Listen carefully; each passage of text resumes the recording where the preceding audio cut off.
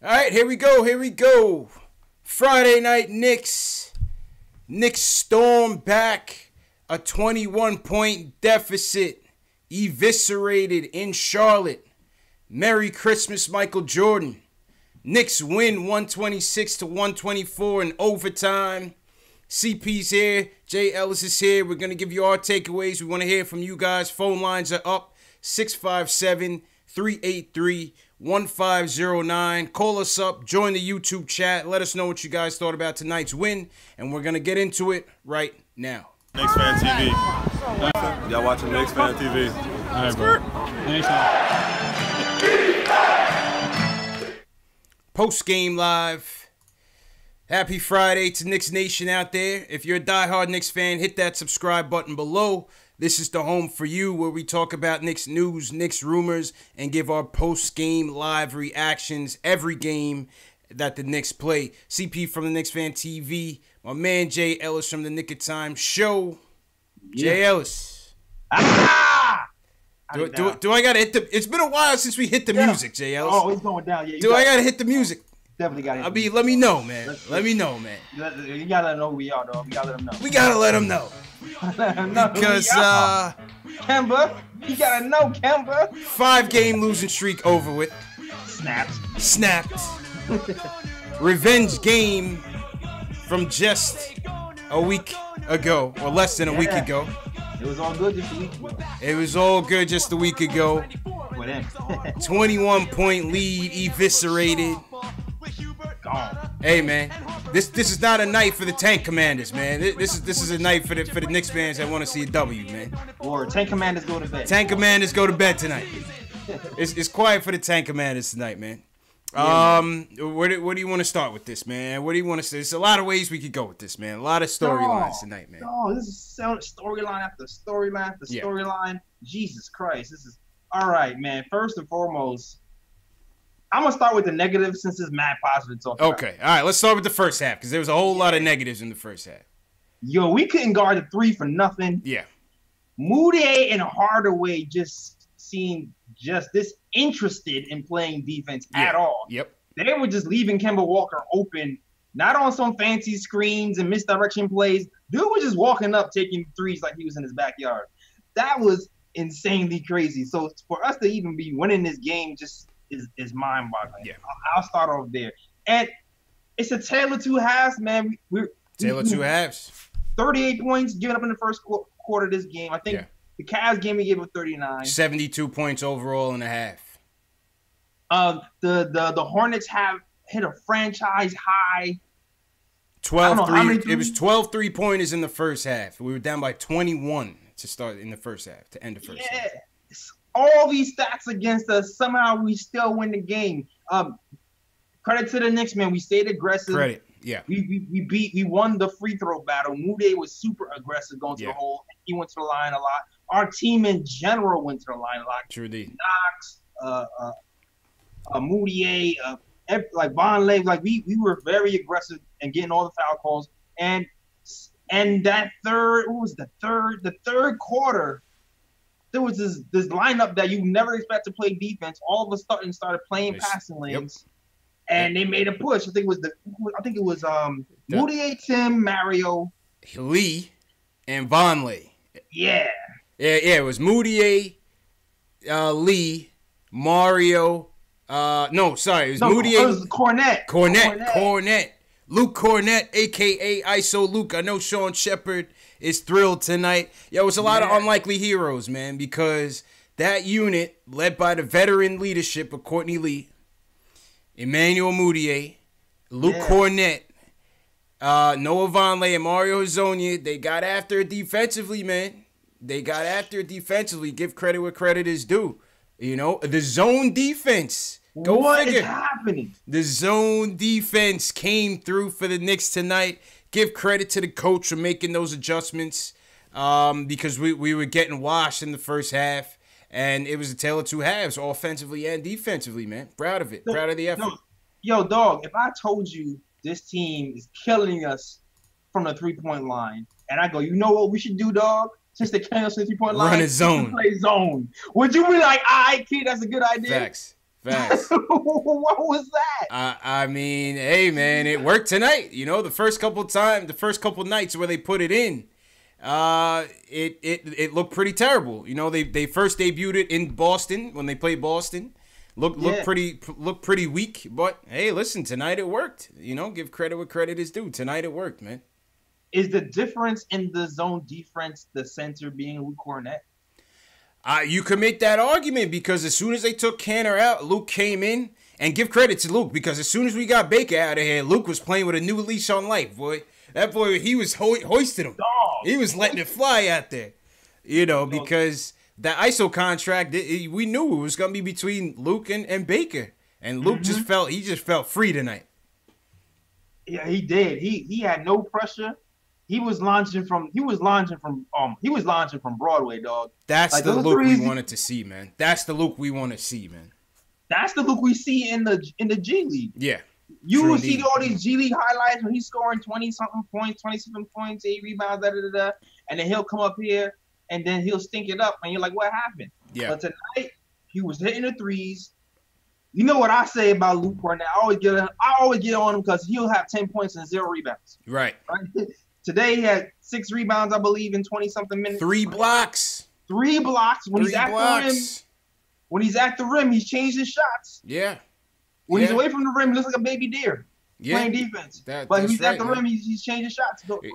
You know, there was also a play when Kemba tried to either tie it up or take the lead late down that stretch, and they caught Luke on the switch, and I was like, oh man, he's about to be dog food. And you know what? He held his ground. He held his ground. He didn't bite on that Kemba because Kemba has a way of abusing bigs. And having his way with bigs. And give credit. Luke didn't bite. He didn't bite on that, man. Very well played by Luke Kornet. Yeah, I always felt like, I was saying this since last year, I always felt like Luke Kornet, defensive instincts were pretty sharp for someone who hasn't been in the NBA long. But I questioned whether his lateral quickness would hinder him if he's like away from the free throw line. Yeah. And sometimes you see it, and he did a lot better job of not being that baby deer on defense, and he looked good, man. You gotta give Luke some credit, dog. Yeah, gotta give credit to Luke Kornet, man. He was outstanding. He was outstanding and had every bit to do with tonight's comeback. And listen, Noah Vonleh almost a triple-double tonight. Noah Vonleh once again. Leading this team on many fronts. Taylor too has because he struggled the past few games and also struggled in the first half tonight. But he played with a mean streak in the second half, man, like everybody else did. That's a fact. I love what I see from Will Vonleh. He's part of that comeback too. He's our defensive anchor, man. He's the one I feel like he gets upset when everybody else is just kind of chilling. Yeah, he's always tight. He plays with that edge, man. That's what I like about Vonleh, for real. Yeah, man, that is a keeper for sure, man. I don't know, hella high water. Vonleh must stay with the Knicks. I'm pretty sure the front office is on the same page as we are because Knicks fans see it. He typically has the highest plus minus of the team. Yeah. The highest net rating of the team all year long. Noah Vonleh is a keeper, dog. He's making a case. He's making a case. You gotta like what you see. You gotta like what you see, man. So many people played well, man. Hazonia's defense is pretty good in his spot minutes. Courtney Lee's defense turned up in the second half. Yeah. You still look at rusty in the offense then, but the defense is good. Yeah. Well, I think offensively he's just trying to fit in, figure it out with these kids, Knox looks like a different player, man. I don't know who that guy is. Yeah, Knox is it might have been the ankle or it's probably a combination of both, just getting healthy and just getting more comfortable with, the speed of the game and his teammates. Everything just slowed down for this guy, man. Yeah. You can see it. You can see he doesn't rush his shots anymore. He's getting a little pump fakes. Yeah. He's shooting the three with confidence. It's just like, what? Even on this is what I like about Knox right now. The blocks and the steals. Yeah. The blocks and the steals. He's using his length to his advantage.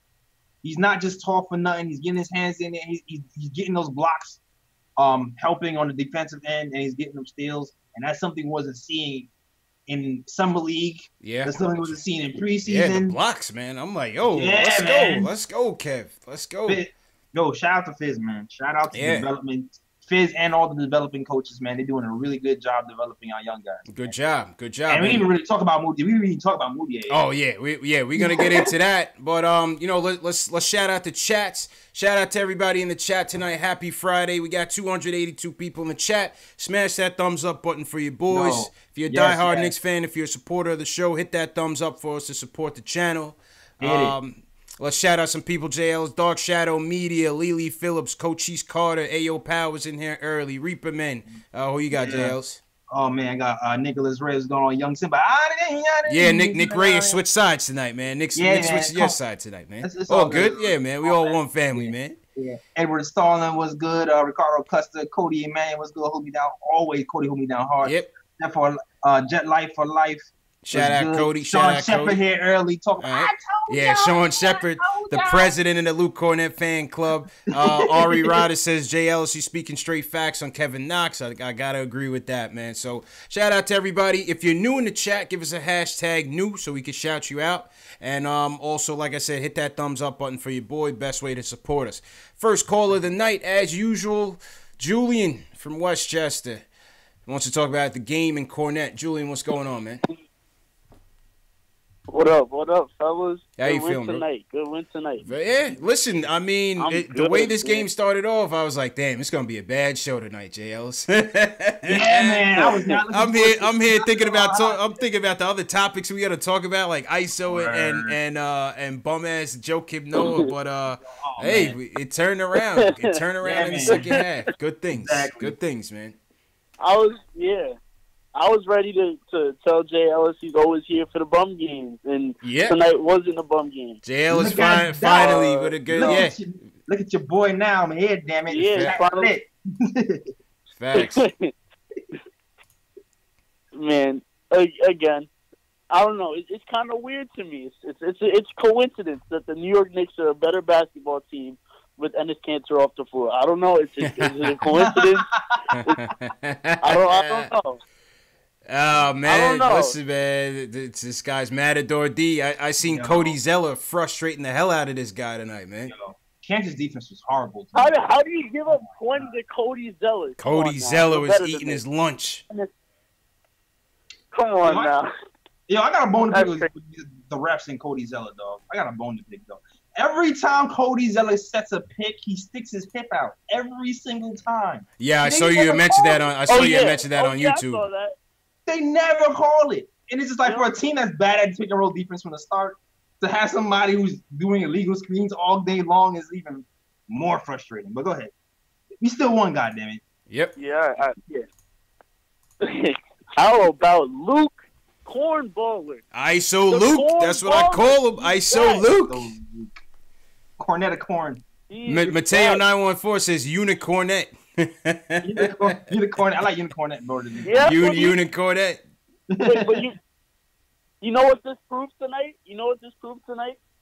That Noah Vonleh is when KP comes back. Noah Vonleh is such a keeper. Yeah. Because Luke Kornet, say what you want about him. Offensively, he's kind of like a little. I don't even know what to say. Like a knockoff Porzingis. I don't even want to give him a score. He's like a Dollar Tree Porzingis. He's like a Dollar Tree. Yeah. He's like but like it's not even $1. It's just less than $1. Way less. He played well tonight, man. Let's give him some credit. He played well tonight, man. Yeah, no, he did. No question about it. Yeah. But you can see Vonleh as a physical presence. He's going to be needed if we want to play, KP and him in the lineup. They're going to be so effective. I agree. Because you have Vonleh to hustle and to body people and to protect the paint when KP's out guarding guys that are shooting threes. And then it's just a really good combination. So you have that. And then also, what did I tell you? What did I tell you about Noah Vonleh being the next Draymond Green? I said this before in the question. You did, man. You did. He's gonna be he's a winning basketball player. He does the same things that Draymond Green does. He's playing obviously, it's not as important right now. He's playing a monster. He's playing he's doing everything we need him to do. So that's a that was good tonight. That's a fact. That's a damn comparison. I got one thing though. Yep. I think we got a serious case of ankle-itis going around the Knicks locker room. Yeah. Everyone's just getting sprained ankles, Dog. sprained everything. Yeah. So, You might have to re-sign Ron, dog. It's Frank. We're running out of point guards, man. Running out of point guards for real, man. Running out of point guards for real. And and with Mitch, you know, with Mitch, I just knew, you know, the way he's built, I just knew he was gonna have the nagging candy-like injuries all year. So I'm not surprised. You know, I'm not surprised. Every time he moves, so it's a mad liability. too because he was having a good game tonight. Yeah. Mitchell Robinson, he caught that crazy alley, man. He caught that crazy alley tonight for sure. Yeah, man. Then you heard C. Lee. You know what we need to do? Because Mitch right now, he's not really acclimated. We need to tell him the lob's coming. C. Lee yelled out, lob, lob, lob, right before he threw it. And he threw it up. And, like, Mitch just, because he's not always ready. He doesn't have those he doesn't have those lob catching instincts yet. So, that was a good job by C. Lee. But thanks for the time, guys. Oh, one more thing. The Frank hate, it needs to stop. I know tonight's not the Frank Ntilikina telethon, but we have to get off this young man's back. We have to get off of Frank Nutella's back. We have to let him continue to develop. Yeah. And say what you want, but the guy hustled tonight. He played his heart out for the 15 minutes that he was on the court. He did what he could against Kemba and TP. You know, those guys are, you know, much quicker and much smarter guards than him. You know, but he did what he could. He could. He bothered Kemba a little bit more. In that first half, he caused a couple. He did bother Kemba. Yeah. And tonight proves why we don't sign Kemba this offseason. Tonight proves exactly why. He can't do it every single night because he's just not built like that. But thanks for the time, guys. Yeah. All right, Julian. See you in the chat, man. They probably waiting on you in there, man. I'll see you, bro. All right, cool. That was Julian in Westchester. Let's go to Ed in New Haven. He wants to talk about the young pieces. Ed, what's going on, man? I think you seem like you're a new caller. How's it going, bro? Hey, man, a new caller here. All right, shout out to Ed. What's going on, man? Hey, what's up? I'll just say, man, after wins like this, and, you know, even staying in these last couple games, starting to like realize this team is, you know, we're a pretty deep team where we're gonna be. Well, well, this is the thing, right? Number one, JLs, we were shorthanded tonight. Oh yeah. You know, we always shorthanded without KP, but we were also shorthanded in that we didn't have ISO. Yep. We didn't have Money Mitch went down. We didn't have Dotson. Dotson was out. We didn't have Trey Burke. So we shorthanded, and listen, we went up against a team full strength. Down 21 points and came back. You know, that's just the fight and the grit of this team. So yeah, give credit. We got a young we play hard team, too, and David Fizdale, he's doing the right things over there. You know, he's having these guys work hard. Yeah, that's true. You know, it seems to be infectious. Yeah. So I was wondering, who do you think they're going to bring back, or if you think they're going to give Mudiay a little contract going forward? All right, well, go ahead, JLs. It's possible, man. Mudiay is not out the picture, dog. I'm just telling you right. Mudiay is definitely not out the picture. He has a couple of more of these games, then you got to consider bringing this guy back, dog. You have to. You have to. And it doesn't have to be that holes, you know, because people keep. I remember. I think it's like a $12 million cap. Yeah, 10 or 12. Yep. Yeah, we don't have to use. We don't have to spend 12 on him. We can still sign him early before we sign a big free agent on a more reasonable deal. But I think you have to consider it. Have to. I mean, that's why we're here. Like, if he ends up being something, we want a Carmelo trade, really. You know what I'm saying? That's how I see it. Yeah, that's true. Right. With all these good pieces, I don't know how some, you know, of the bigger free agents wouldn't see that we're a top destination, especially with KP coming back. Well, it's kind of silly to think that we're not.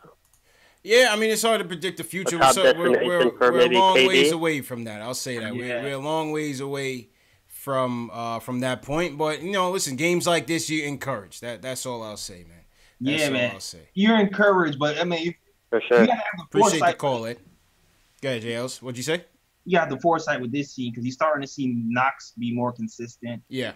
You wonder if Frank is starting to get it or not. And then you're looking at Mudiay, like, all right, and then you think, all right, KP2 and Mitch and Trier. Mm-hmm. Start to think in a couple of years. Yeah, 2 years, we're going to be pretty dangerous if they develop the way we're supposed to. Yeah, we got that nice core building, man, and we'll touch on that a little later when we talk about the ISO, the ramifications of the ISO contract. Let's go back to the phones. Pal, he was in here early. He wants to talk about ISO Luke. Pal, what's going on, man? Yeah. What's good, my dude? Good, How you feeling? What's good, Jay Ellis, man? Happy Friday. How's everybody doing? Doing all right, man. Doing all right. Yeah, we are amazing right now. And I was watching the game during the beginning, man, and I was like, man, it's another one of those Knicks games. And then when I got back, we started winning, and then I realized there is two things that is going on. There's a conflict between two energies. We got the old Knicks vets that won't let it go, like Cantor and Tim Hardaway. And then we got the new guys that really want to prove something. They really want to win because they don't want to lose. Why would you want to lose if you're just coming in as a rookie?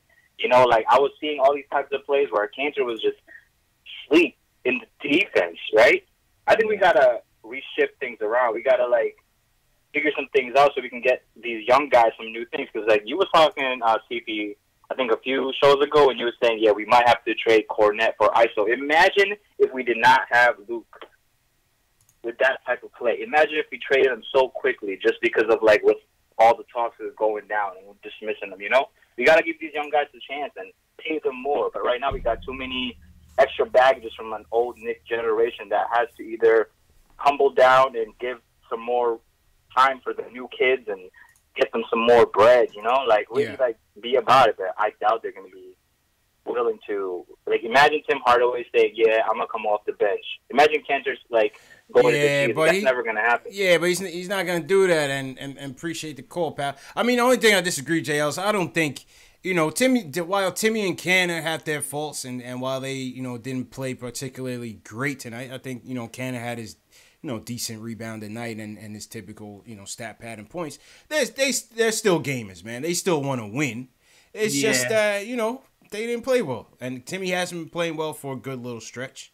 You know what I mean? I think a lot of fans is calling for Timmy to get that seat on the bench, that Fizdale seat on the bench. Maybe that'll galvanize him up a little bit. Yeah, man. That's me too. I'm calling for the same thing. I'm torn, dog. I'm having this internal battle with myself with Timmy because there's moments like, for instance, game on the line. Everybody's playing hot potato with the basketball.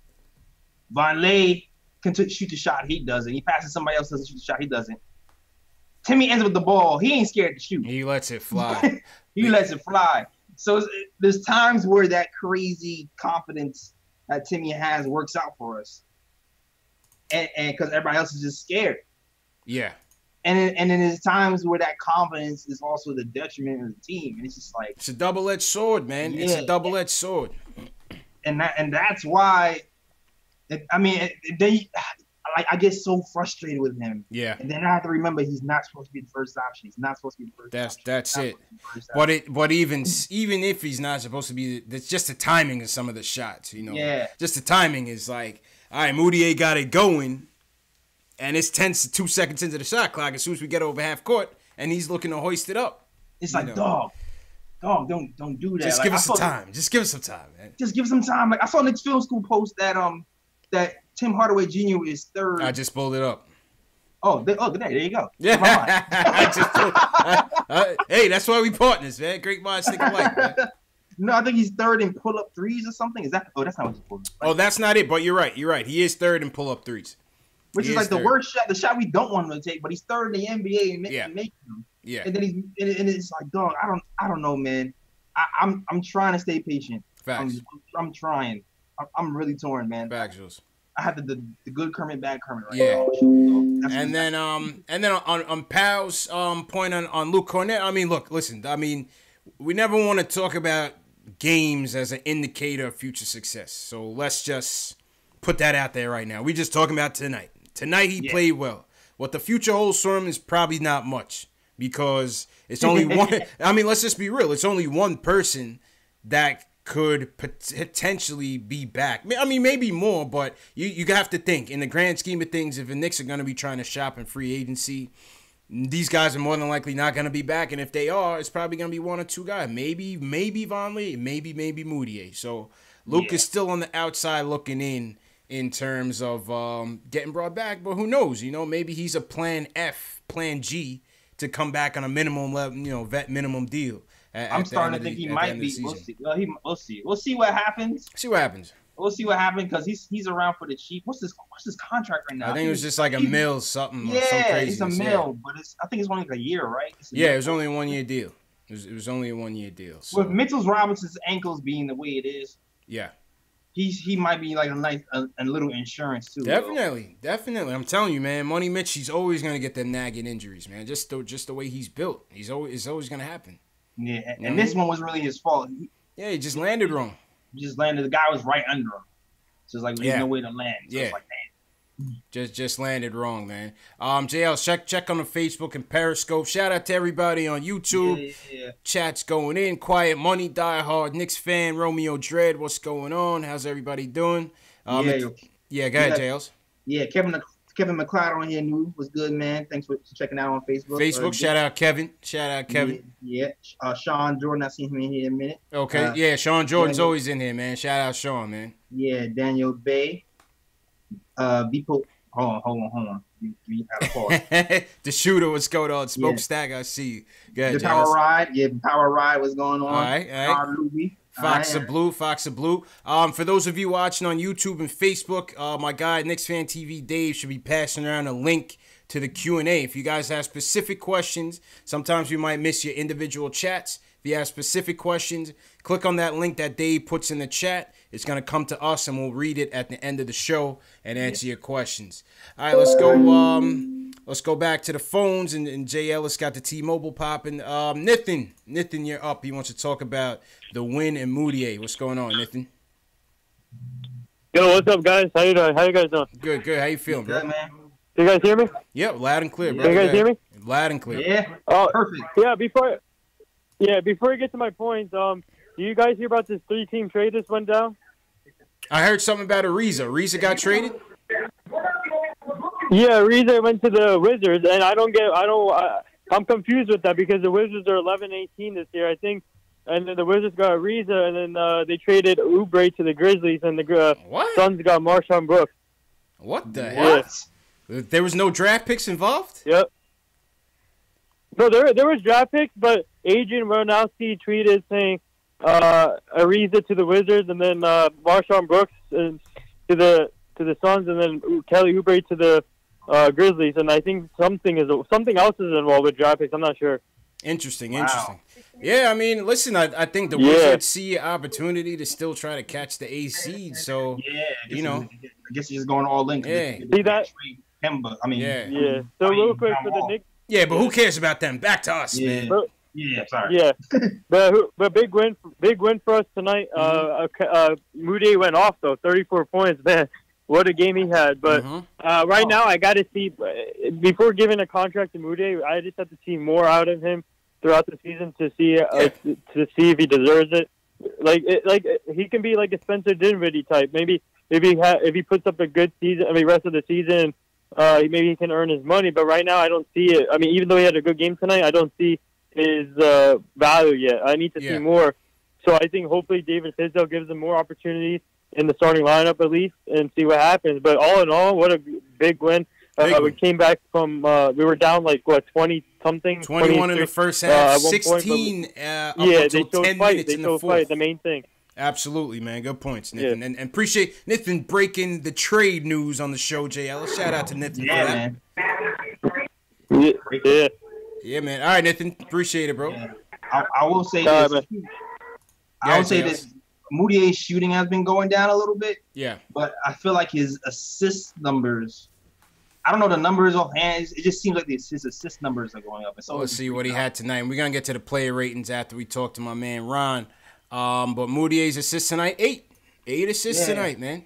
8 assists. His fadeaway was out there, I think because he saw Jordan up there in the front row. His fadeaway, Mudiay was hitting those fadeaways, boy. Yeah, man, all day. Mudiay was hitting those fadeaways. You know what I like? The one thing I like about Mudiay is He might not have it every night, but he plays hard. And the fourth quarter, man. This is man. 3 or 4 clutch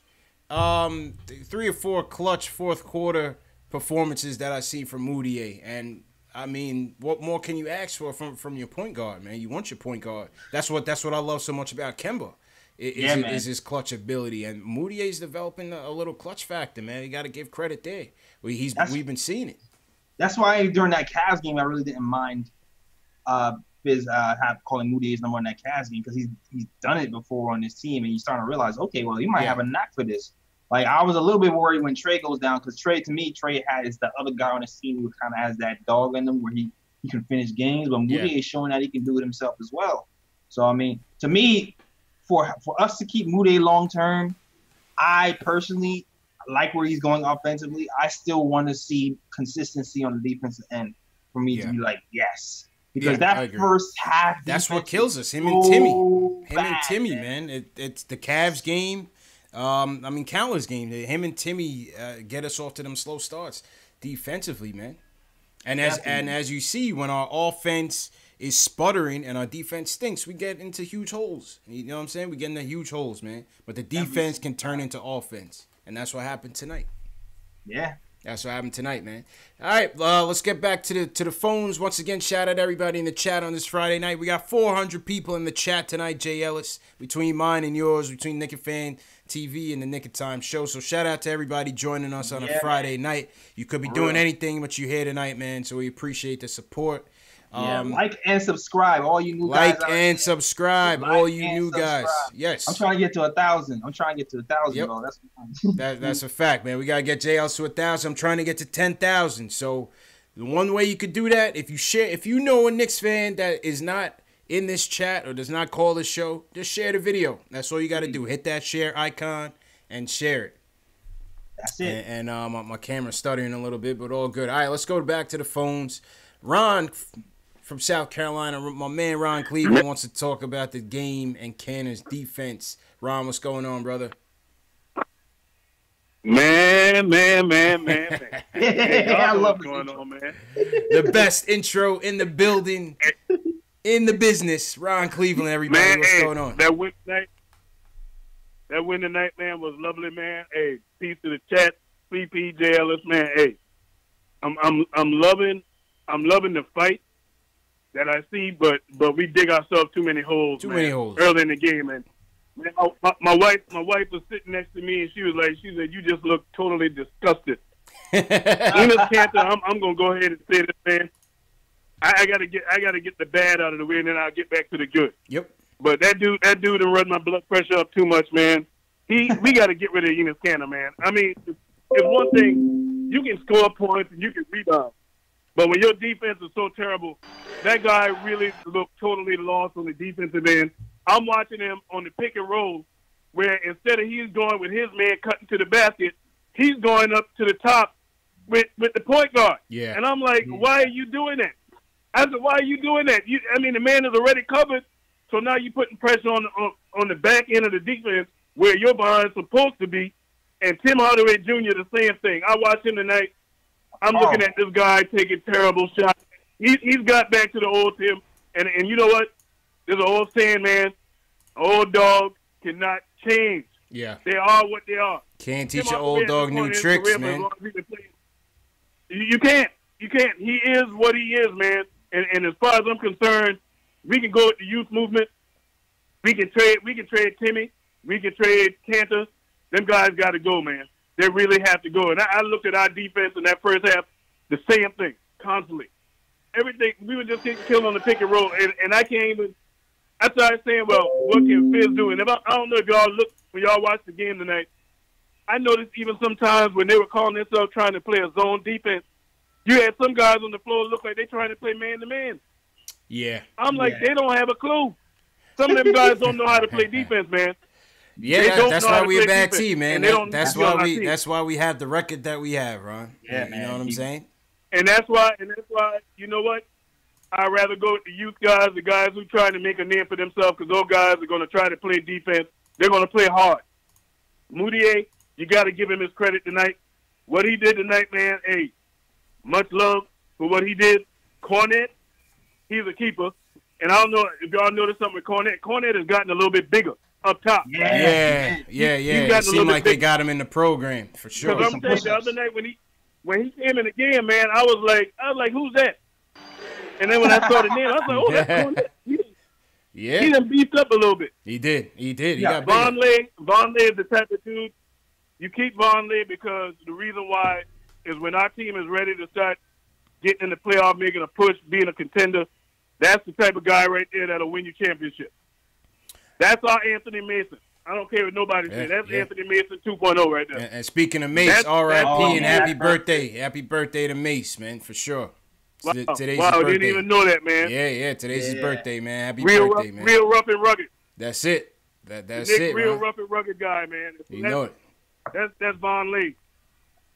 Tim Hardaway got to go. Ntilikina, I'm loving how he's playing now. And I agree with you, Jay Ellis, what you said earlier about Kevin Knox, man.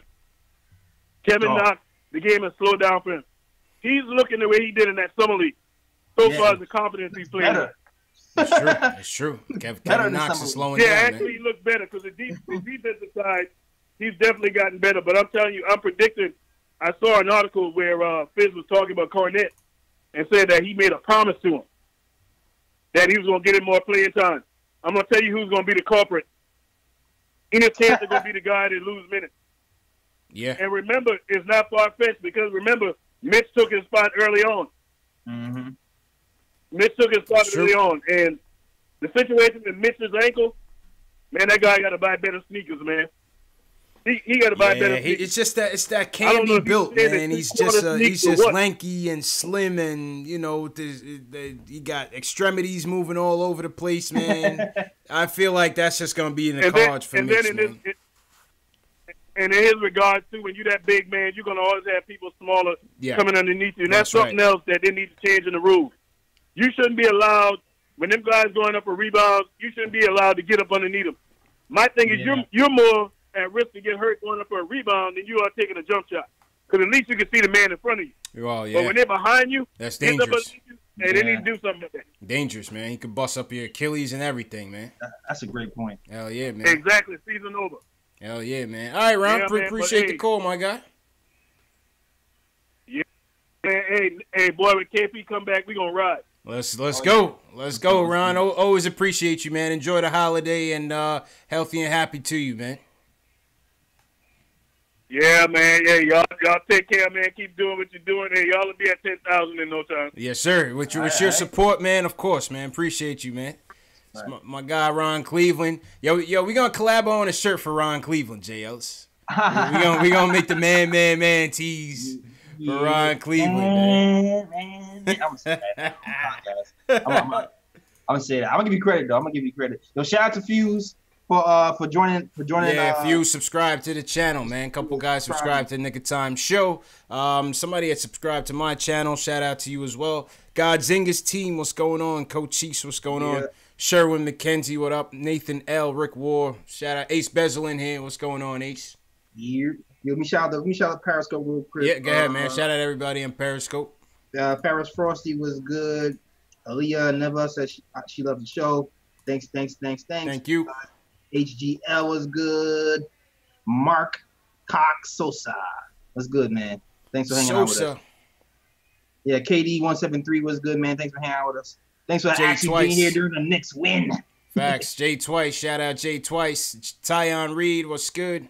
All right, JL, let's get to these player ratings. Encourage everybody in the chat. My mom is watching me. I can't curse now, guys. Wait, your mom's watching? Mrs. Ellis is watching? Mama Ellis is in the building. I can't Mama Ellis. Shout out Mama Ellis watching.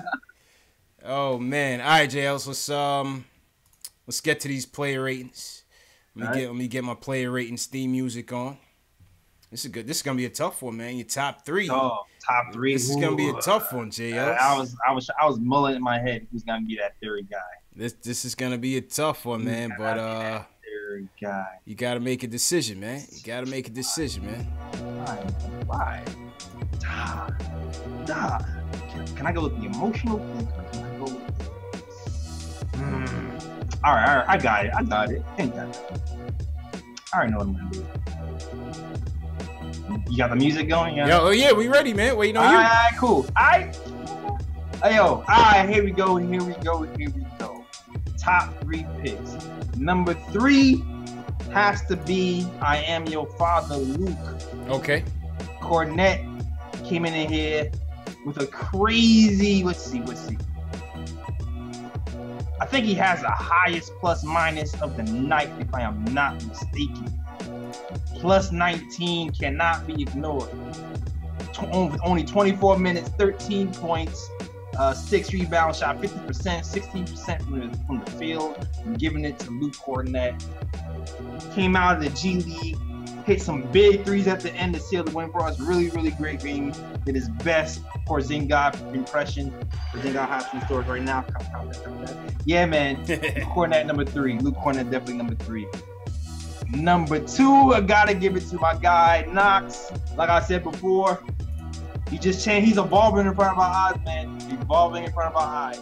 I'm loving the scoring, and even more than the scoring, I'm loving that the motor seems to be changing. He took it to heart ever since people started crapping on him a couple of weeks ago.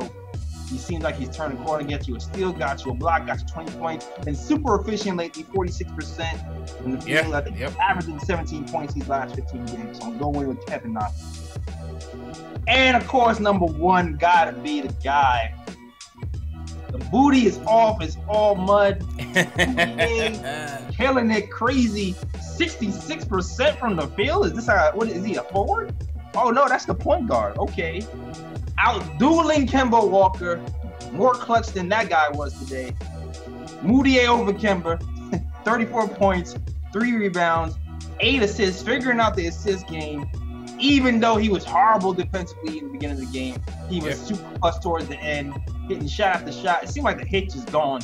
The hitch and the jump shot is gone. I'm going with Mudiay for number 1. Okay.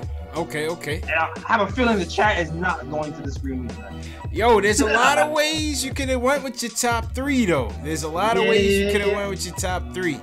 You know what I'm saying? All right, so let me get to mine. And everybody in the chat, give us your top 3 players tonight.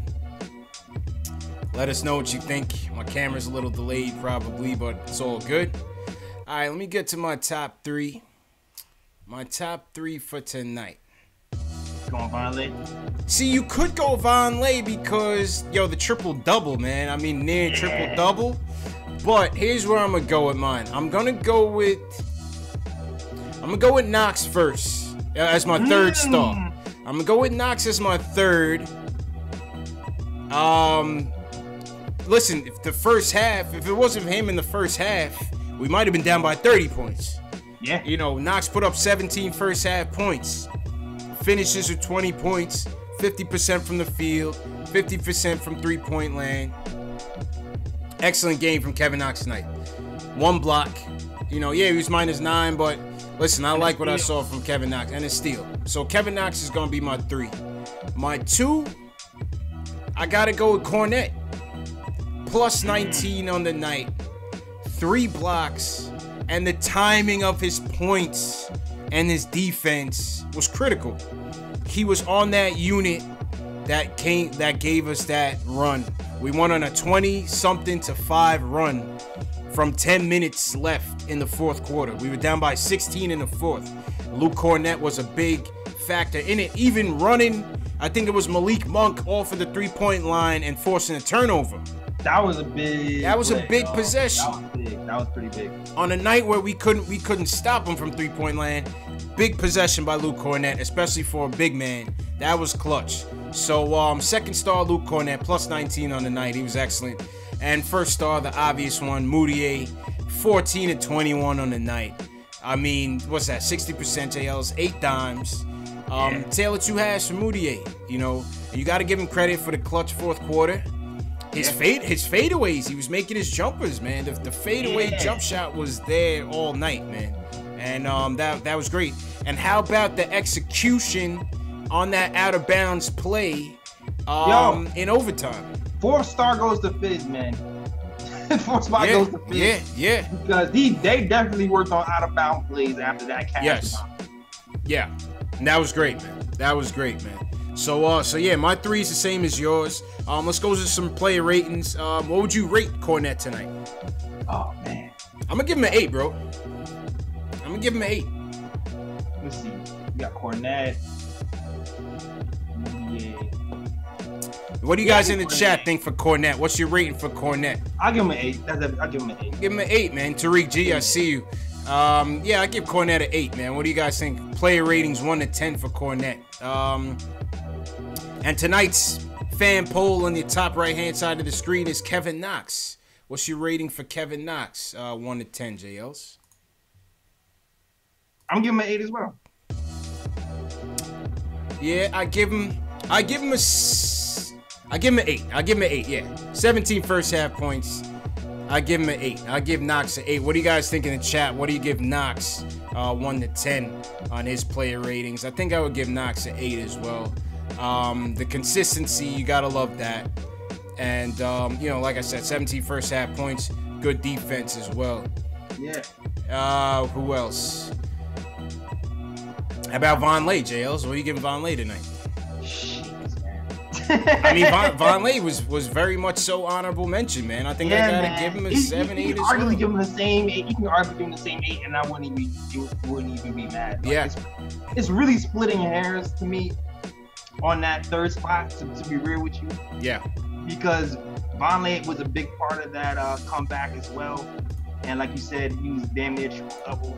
So it's like, it's really like apples, and this is like, it's really that damn close. You could, I mean, he was big time tonight too, man. I mean, damn, almost 50% from the field. He shot 8 3-pointers. That was a little too high, but he made 2. 11 boards, 7 dimes. Yeah, I mean, he had the second most dimes on the team next to Mudiay. And that's not the first time he's done that.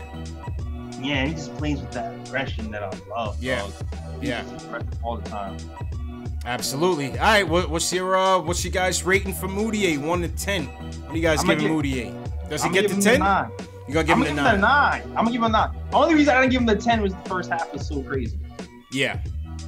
Yeah, I agree with that. I'll give Mudiay a 9 because of the slow first half, quality of opponent. But the 9 is still tough. 9 out of 10 is commendable, man. 9 out of 10 is commendable, man. Yeah, absolutely. And clutch. Mudiay was clutch, man. So that 9 was well deserved, man. That 9 was well deserved. Who else here? Who else we want to talk about?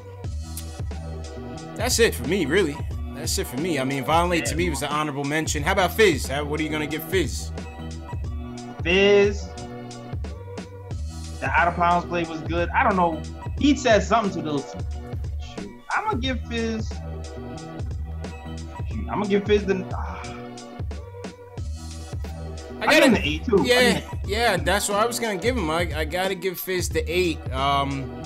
Listen, the players make the coach look good, right? So to come back from 21 down, the defensive intensity stepped up. The defensive adjustments were there when they went to the zone and it worked. Yeah, that's a mad scientist move, dog. Yeah. I would never in my life just call zone on a team that's bombing threes from the jump. Going zone. That seems like the opposite. Yeah. Banger in the chat says he give the Knicks a 10 for getting rid of Baker. Yo, shout out to Rod, man. Shout out to Rod, man. We gonna get to that, man. But yeah, I give Fizz an 8. What do you guys think in the chat? What are you giving Fizz overall?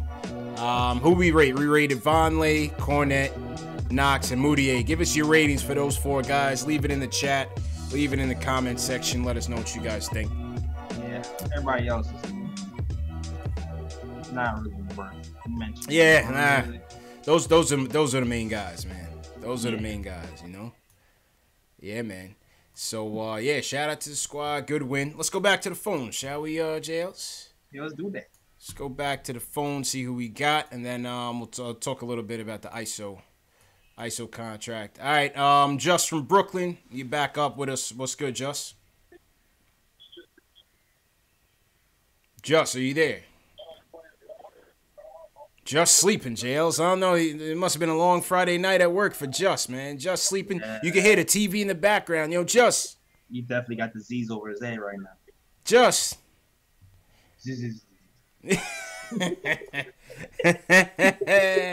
We lost Just, man. We lost Just. All right. Just, you could call back, man. You could call back. All right, let's go to Cody. He wants to talk about potentially benching Timmy. This is new. Cody, what's good, my dude?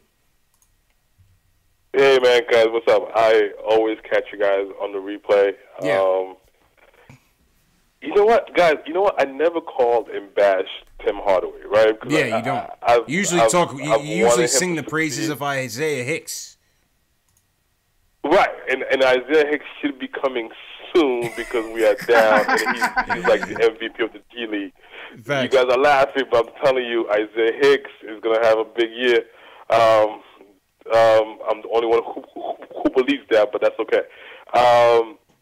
Hardaway should not start on the team. Ron is right. Cantor should not start on the team. It should be Mudiay, Dotson. Ideally, you want Frank Dotson, but Mudiay, Dotson with Tim Hardaway coming off the bench. The Yo, first you read half, my mind, Tim Hardaway wasn't even. You read my mind. You read. I was You're thinking right. that we were on the same page, Cody, because you're thinking that our top 5 team out of all those 5 players, 4 of those guys are a detriment on the defensive end. At first, I'm thinking have Dotson in for Knox, but since Knox is playing well, and you still need defense because you got to separate Mudiay and Tim. You have to. You can't survive that way. Yeah. No, I mean Mudiay is playing hell right now. I mean you got to keep him. But the thing is, like, Ellis, like the first half, Hardaway wasn't even interested in guarding Lamb. Like, no, I'm like, dude, guard your man. And then he complains afterwards. Just I want to pull my dreads out. Exactly. I'm like, dude, guard your man. It's very simple. Guard your man. Like, dude never made an all-star team. Dude is not even top 50 in the league. And he walks around thinking that he's, like, hot stuff. I'm like, dude, you're not even – you are a bench player and a good team. Easy. I need Fizz to have a one-on-one with him, man. He has to. He's coaching everybody. Tails. I said this over and over again. I said this on my show. I don't know if I said this on this show yet. But Fizz is good. He's a great coach for everybody but Tim, man. Tim needs a shorter leash. It has to be politics. It has to be politics. It has to be politics. Like how would it look like to sit down to bench your $17 million guy? I've been saying that. I've been saying that. He makes $72 million. How you gonna put that guy on the bench? You're not gonna do that. Sit down. He can do Marc Gasol. He can do it to Tim Hardaway Jr. Marc Gasol, Tim Hardaway Jr. is a big difference, man. Come on. I'm ready. Right. And Marc Gasol ranks higher than Tim Hardaway Jr. Period. I got faith in you, Fizz. I mean, look, because CP, it's like everybody knows the answer. Everybody knows that you know the answer. But you keep acting like, oh, I don't know. What do you mean? Yo, listen, I predicted him to make the All-Star team, is. man. I need to make right on my prediction, man. He's not. Like, he's falling off. Like, he cannot. He needs a breather. Just give him a couple nights off. That's all. Prepare for Hardaway, and Hardaway has only one game: shoot, drive. If you put a good defense around him, you're gonna shut him down every time. That's why he needs KP. With KP and Knox, Hardaway makes sense because then he'll have a lot more room. But with Hardaway being the main guy, it's just tough for him. He just can't do it. He just can't. Yeah. The only thing I'm worried about the defensive just closing down on Knox and Mudiay and not be able to handle it. That's the only thing I'm worried about with that move happening. But at this point, I'm willing to try it just to see what happens, though, because this is like crazy. Last thing, you should not be surprised that Kornet had this game tonight. Kornet had like a couple really good games last year, and he has a lot more skills that I think he's showing. Like if you go back and watch that Raptors game, there was a game in that was a game. That was a game that I liked against from Toronto, where he played really well. Like he has a post game too that I think he hasn't shown, but he's shown flashes of it. He can shoot. I'm not saying he's going to give you 30 minutes a game, but dude is definitely worth 18, 20 minutes a game. And I'd rather watch him than Cantor do whatever Cantor does. Seriously. Oh, that for sure. That for sure. I'd much rather watch Luke Kornet than Cantor. You know what I mean? I'm like, I watch you. I mean, I'd rather lose with this guy than what Cantor does. Factual. Because Cantor is all about his contract for next year. Absolutely. That's all he's playing for. He couldn't care less about any of that stuff. Absolutely. That's all he's playing for. Last point. Yep. CP, your point about Kimba last show, I totally agree. I never was what was that dude from the Celtics? Rozier. God, Terry Rozier. No, the Marcus Smart. No, the other guy, the starting point. Who? Brown. Dude from the Celtics, from the Cavs. The name is escaping me right now. Oh my God.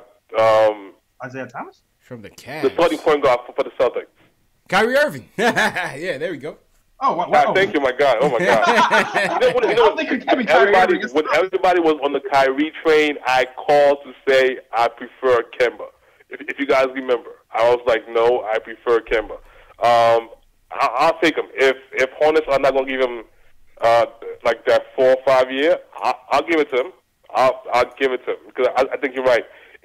We need something to be the bridge for KP until Kevin Knox and Frank and whatever other pieces we have come together.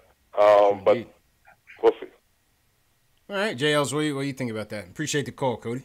That's the best argument I've heard over this last. I haven't really decided because I definitely was not on the Kemba train for sure because of the money. I mean, I definitely was tempted when he was going to have those big games. I'm not completely sold on it yet. But I'm mulling over. It makes sense to have like a bridge. Yeah. Until the young guys really can fly by themselves. But then this also has to be kind of like a balance. Yeah. I mean, JB brought up a good point on that, right? He brought up a good point on that. Something to think about. Not necessarily that I want, but something to think about. My guy Charles Reynolds in the chat said, damn, the one game I fell asleep on. Yeah, Charles, you missed a good one, man. We might go on another 6-game losing streak after this. So you missed one of the good nights. You missed the romper. You missed one of the good nights, JLs, because that West Coast swing is coming, JLs. I don't know what we're going to do after this, man. Oh, we're gonna close our cheeks and pray. Yeah, I don't know how them West Coast trip post games are gonna look, JLs. They might be 30-minute flash joints, man. I don't know, man. It might be. Yeah, man. We might be talking about ISO contract that day. Facts. All right, back to the phones. Delano in the chat. What's going on? Delano wants to talk about the game overall. How you feeling, bro? Yo, what's going on, y'all? I'm feeling great after this win. Hey, man. I feel great. Feel good. Great comeback. Yeah. Yeah, man. Let me just reiterate 2 points. One, I told y'all about Vonleh. As long as I call it, I'm going to keep saying this. That's your man. Delano. So we got presidents of every fan club, right? Yeah. Cody's the president of the Hicks fan club. Ken from Jersey is the president of the Timmy fan club. We got Max from the Bronx is the president of the Nilakina fan club. Yeah. And Delano's the president of the Von Lay fan club. Yep.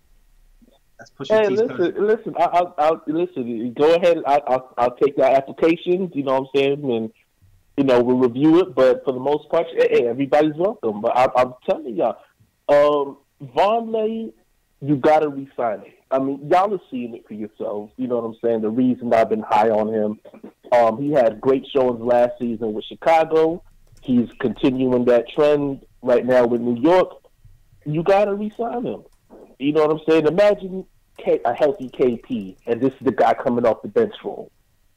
You know what I'm saying? Yeah, that's true. It'd be a nice piece. It's been a nice You know what piece, I'm saying? So, yeah. I mean, he's a keeper. If it wasn't for the fact that you got to pay you can't justify $17.5 million coming off the bench. So for everybody, there's no way that's going to happen. No way. Either A, trade Hardaway Jr.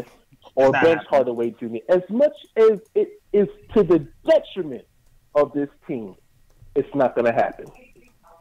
It's not going to happen. Not saying it shouldn't.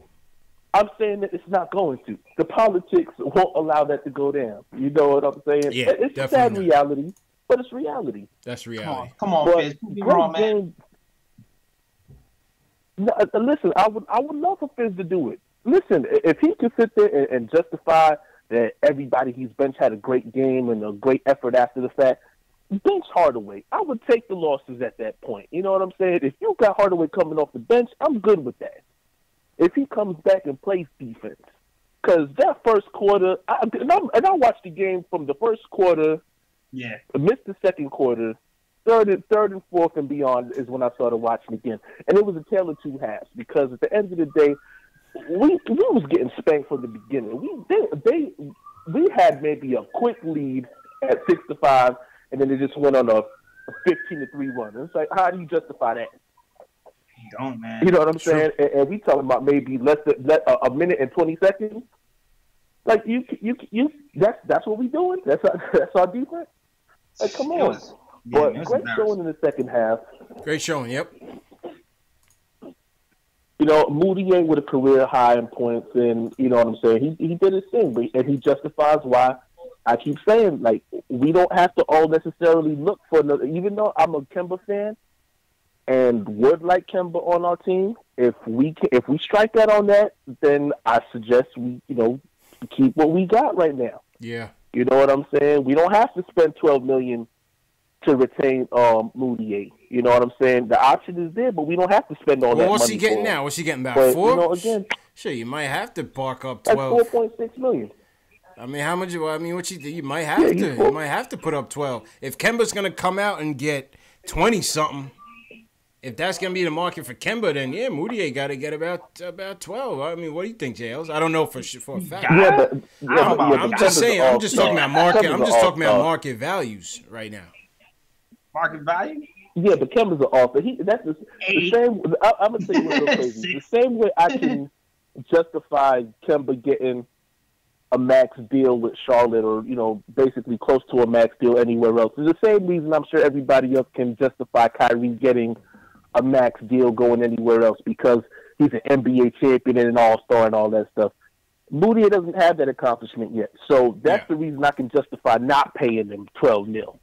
Yeah, you did, but that's the reason. Like I said, if you're looking at accomplishments, you know what I'm saying. Just like if you go to any job, you're not expecting no raise just because you showed up. You got to put that work in. You got to have something to say. Hey, I earned this money. So I'm saying that to say when it comes down to Kemba and you know everybody else, they earned it. That right now, the way Kemba's playing, he looks like an All NBA player. Just right now, I'm not saying that that's a shoo-in for sure. I'm just saying, as far as right now, the way he's playing well enough to where he can be considered for All NBA. Mm-hmm. But you know, when it comes down to it, Mudiay's playing well enough to where, I would definitely look at re-signing him. Okay. At the end of the day, he's playing well. I mean, look what he did tonight. And again, he played subpar defense in the first half. Yeah, atrocious, damn near. Yeah, atrocious. But look at what happened in the second. We talking about two different halves. That's true. And I gotta salute. Yeah, I gotta salute the great value Kristaps Porzingis, aka Kornet. Great value. He came out of nowhere. Yeah, man. He came out of nowhere, surprised everybody. He wasn't on the scouting report. Tell you, man. He was nuts. As soon as they cut Baker, that boy Kornet grew wings. He said, "Oh, let's go. I'm here. Oh, word? I'm here. I'm here long term. Give me the ball." Oh, hell yeah. Kornet. I'm like, he's mad far from the point. Kornet free, man. Kornet is free. All right, Delano, appreciate the call, bro. Yeah, but no doubt. Salute everybody in the chat once again. Salute y'all. Salute Mama Ellis. I heard she was in the chat. Yeah, Mama Ellis is watching tonight, man. Salute Mama Ellis, man. All right, man. Shout out Delano, man. Shout out Delano. Delano's he gotta be top fan of the shows, man. Top fan of the shows, man. Delano always he's always supporting, man. Always commenting on everything. Instagram, Twitter. Yeah, man. Shout out Delano, man. Shout out CK2K in the chat. Shout out CK2K. CK is definitely one of the presidents of the Emmanuel Mudiay fan club. That's the guy who's. That's the guy. That's the president, man.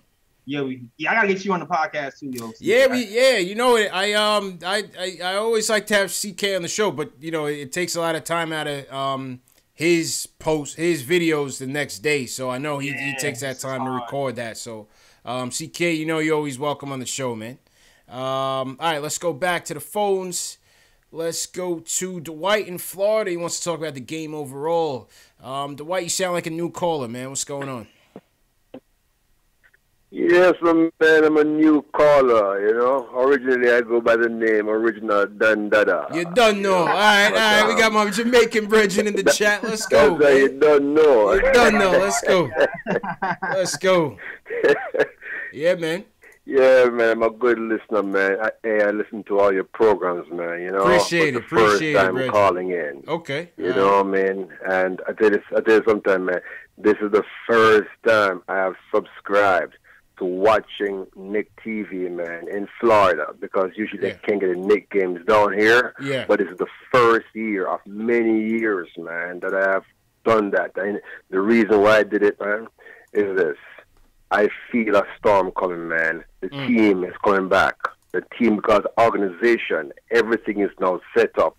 And as you say, as they always say, a fish stinks. You know what I mean? From the head down. You know what I mean? Yeah. And I knew all these years we had bad management.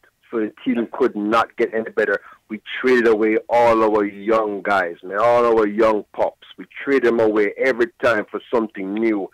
And that, you know, right now we have good management. All I'm asking is the people right now, Knicks fans, stop doing the same thing they've been doing every year for the last up to the years. Stop thinking of trading your guys for something out there. Because our guys, we are now developing our guys. Give them time. They're growing right now, and these guys will get better. These guys that we have, people will need them. Why not keep our guys? You see what I'm saying? Train them the way we want them to be playing. Keep them, and stop looking outside. Yeah. Stop looking outside. So many times. Yeah. But, you know, I tell you something, man. I've been a long-time Knicks fan. From Ewing was drafted. That's when I've been interested in Knicks. And I tell you something. I feel it, man. I feel something good is coming down the road right now. And I predict within 3 years, we can compete for a championship. Within 3 years. Well, all depends. All depends. We will. Depends on a lot of things, you know, on how the kids progress and it depends on a lot of fortify the team. It depends on a lot of things, but the most important thing that we have good management right now. Yeah, that's the big difference. We have good management. True. But I gotta tell you something, man. I was laughing my ass off watching Jordan. Yeah. Oh man, he was putting his always hand on like his head. He was like, Jordan, what the hell's going on? Always like beating Jordan, man. I was laughing. Always, man. Facts. I will always enjoy Jordan's misery. Facts, man. Always enjoy that, man. I never forgot. Anytime we can anytime we can ruin Michael Jordan's Friday night, it's a good night.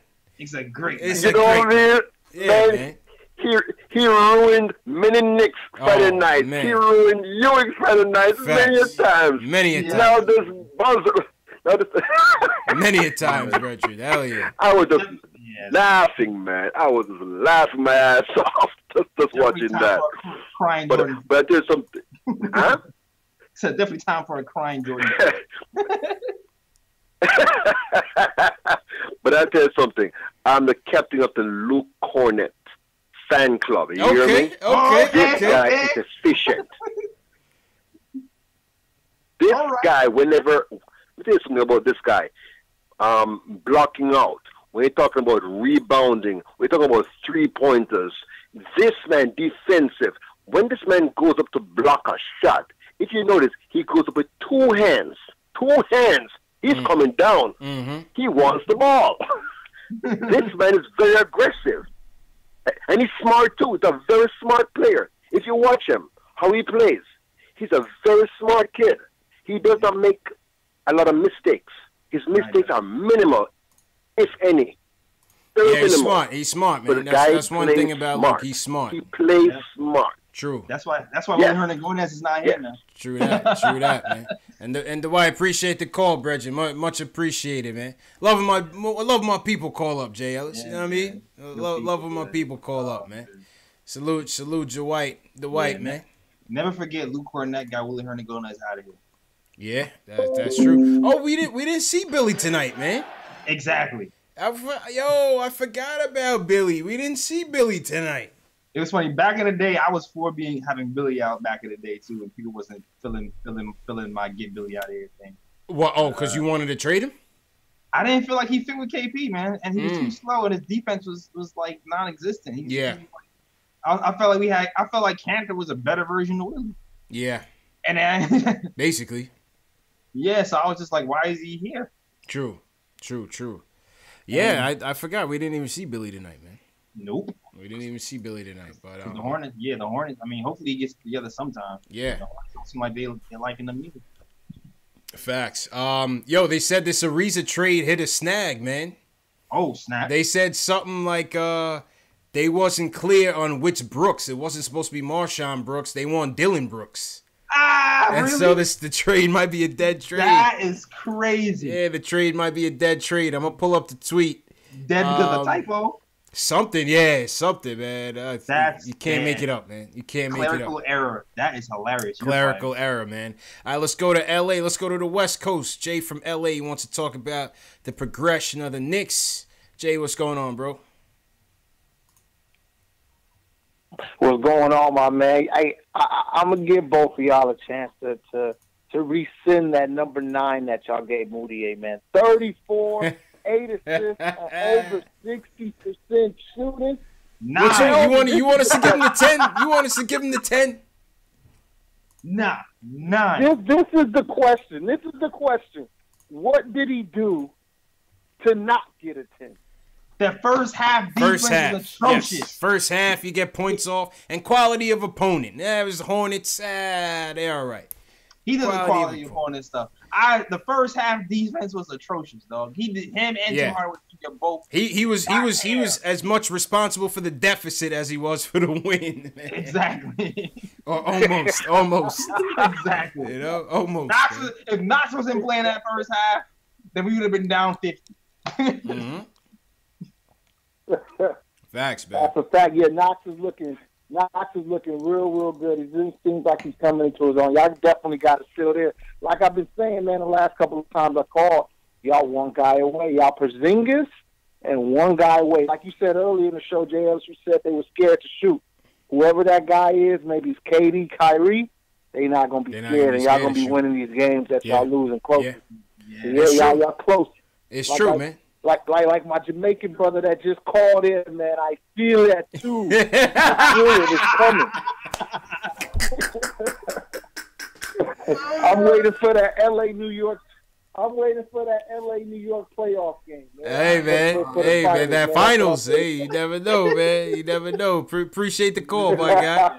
Yeah. God bless, man. God bless, Jay. Yes, sir. That's my guy, Jay. Just full disclosure, Jay from LA, that's my brother-in-law, man. So he's a Lakers fan, but he always supports the show. Okay. And that's my brother, man. Love that guy, man. All right, man. Shout out to Jay. Yeah, shout out to Jay. Let's talk about this ISO contract real quick, JL. And we see everybody in the chat. Shout out everybody in the chat watching us. Smash that thumbs up button for you boys. If you haven't already, just hit that like button on the YouTube video. Yeah, subscribe too, dog. Subscribe to the channel. If you're new in the chat, give us a hashtag new and we can shout you guys out. Shout out wherever you're watching from. If you're watching on Periscope, if you're watching on Facebook, YouTube, Twitch, KnicksFilmSchool.com, PostingandToasting.com. We're everywhere, man. So shout out to everybody and wherever you guys are watching from. Happy Friday, happy holidays as well, man. Man, have you ever wait, can I ask you a question? Yeah, go ahead, bro. The chat is divided on the Mudiay degrading. Did you ever think you would see the day on this chat where people are defending Mudiay? Yeah, man, it's crazy, man. We've come a long way with Emmanuel Mudiay, man. We came to the altar for Emmanuel Mudiay, man. I mean, this offseason, it came from getting him off the team. He was the odd man out of the point guard rotation. You know what I'm saying? Now he's the guy. Now he's the guy, man. But yeah, listen, well deserved, man. The guy works. You can see it. You know, you can see it, man. Well, shout out to Tack. What's going on, Tack? Ayo, pal. Shout out to the West Coast. Always love the West Coast, man. Ayo, pal's out there. Jay's out there. Shout out to West Coast. Tack is out there in Hawaii, living in paradise. Shout out to Tack. Where's everybody from, too, man? We haven't done that in a while, man. Where's everybody from in the YouTube chats? Let us know so we could see where everybody's from. Passionate from Queens. Yeah. Shout out to Ronaldo on Facebook. Ronaldo, shout out Ronaldo. Buying a KKB says new on the phone. SS Television, shout out new. Bro, you were the first person in here like every night, man. That's my guy, though. Nice. What's up? Yeah, man. C. We got a guy named C. What's going on, C? Okay. Yeah, he must have been one of the first people on YouTube. His name is C. It's just the letter C. It's like Prince. Man, that's crazy. He was available when he was facts. He was available. Yeah, he was like number third. Facts. Number two. C got the juice, man. C got the juice, JLs. You got the juice now. Yeah, right. Facts. Yeah, so on this ISO thing, the ISO contract was finalized yesterday, JLs. Yeah. And I didn't get a chance to come on. I wanted to come on last night. I wanted to do an impromptu live stream just to talk about what the ramifications are of this deal and what it means. So here's my takeaways on the ISO thing. Number one, congratulations to ISO Zoe on getting that deal. Millionaire Club. Millionaire Club. Shout out to ISO Zoe, his teammates. Definitely, a lot of congratulations from around the league, from his Seattle peeps to his Arizona peeps, his teammates. Everybody's proud of ISO Zoe. The highest paid undrafted rookie in NBA history, JLs. Yeah, man. Yeah. So that's my first takeaway. Number one is, to go from undrafted to now be making more than 20 out of the 30 draft picks. That's a great accomplishment. You got to applaud the kid for his hard work and hustle, man. He's basically making a lottery pick salary, and he got passed up on 60 times. He's playing like a lottery pick. Yeah. He's playing like a lottery pick. Look at his numbers. He's like 11 points, damn near 50% from the field, 30+% from three. Like this, people got picked in front of him who don't have those numbers. So you got to give him the money, man. It's well earned, well deserved, and great. Yeah, Joe Cub shout out Joe Cub, but yeah, shout out ISO on that, and they signed him to the biannual exemption, which was worth $3.5 million. So they gave him a 2-year deal versus $3.5 million. They can only use that once every 2 years, that biannual exception. So they had to use it, and they gave him all of it. Yeah, they gave him all of it. So shout out to him on that. My second point is it gives us flexibility. It gives us flexibility. They have the second year option on the deal. So that means after this year, they can either decline the option, which would make him a restricted free agent, in which they can still max any offer for him. Yeah. Or they have him for that second deal at the $3.5 million, right? After that second year is over, he'll still be a restricted free agent, and they'll have his early bird rights. So they'll be able to, I believe what they're saying is they'll be able to sign him at a higher number. I think about 4 or something. That's the room exception. There's a lot of this cap stuff. We got to get JB back on it. But either way, it's a flexible situation for the Knicks right now in terms of the salary cap and signing. Opposite of what happened with Ron Baker and his contract. Yeah, opposite of what happened to Ron Baker and his contract. So that was crazy. Yeah. Thank you. Yeah. Thank you, Scott Perry. Yeah, man. So it's a win for ISO. It's a win for the organization in terms of that maintaining that salary cap flexibility. Does it affect us in terms of our pursuit of max free agents? A little bit. A little bit. I mean, it moved the KD money, the fantasy money for KD from, I think it was 5 to 8 million, JL. So now we need to shed about 8 million more in cap. Yeah, man. But not really, because it still meant that we got to get rid of either Courtney Lee or Tim Hardaway Jr. to get KD to that veteran max salary, which anybody who's played over 7 years is eligible to make. I still don't feel like I don't think KD's coming by himself, dog. I think that's the big thing here. Yeah. That I don't think he's just gonna come here by himself. Like we're gonna be like a 15-20 win team, and he's gonna come here dolo to take the max. I don't see that happening. So yeah, I don't see it happening. I'm just saying if they wanted to try to get him, that's what they're gonna have to shed that Courtney Lee salary, which is easier than the Timmy salary, but still hard. They're gonna have to shed that salary. They're gonna have to attach a piece with it. Yeah. Absolutely. So that's the second point. And the third point is this. I mean, listen, with the ISO Zoe signing, we now have our young core under control for quite a bit of time. I mean, if you think about it, we have Knox, Mitch, and ISO. How many teams in the league can say that they've signed 3 first-round talents in 1 year on the team? Yeah, shout out to the front office. Shout out to the front office, man. Yeah. Like, if we just take a step back from our, game-to-game critique of this team and game-to-game critique of the players, that's a good accomplishment, man. We got to give credit where credit is due. You know what I'm saying? Team Wakanda looking good right now, bro. Yeah. Facts. I gotta agree, man. All your points are spot on. We looking good. We have flexibility. That team option is big instead of that player option. That team option is big, and I expect that ISO was gonna do what he has to do, and we're gonna keep him on the team and exercise that team option. Also, we will be able to match as well. Any team who offers some more money after 2 years is up. So there's a lot of positives come from this. Also, that deal gives us we now have available another 2-way contract. Right. That's right. That's right. So I believe we have until January something if we wanted to get somebody else on a 2-way. John Jenkins is not eligible. I know a lot of people calling for John Jenkins. John Jenkins is not eligible for that 2-way deal because he's already amassed a certain amount of years in the league. Yeah. So John Jenkins is not eligible for that, but we still can get that other 2-way for another guy in the G League if we so choose to. Mm-hmm. So yeah, those are the thoughts on that ISO deal, man. Like I said, it's a great deal for him. It's a great deal for the Knicks. We have our young core, you know what I'm saying, now in place. I mean, you put Kevin Knox, Mitch, ISO, Frank, Dotson for now, KP.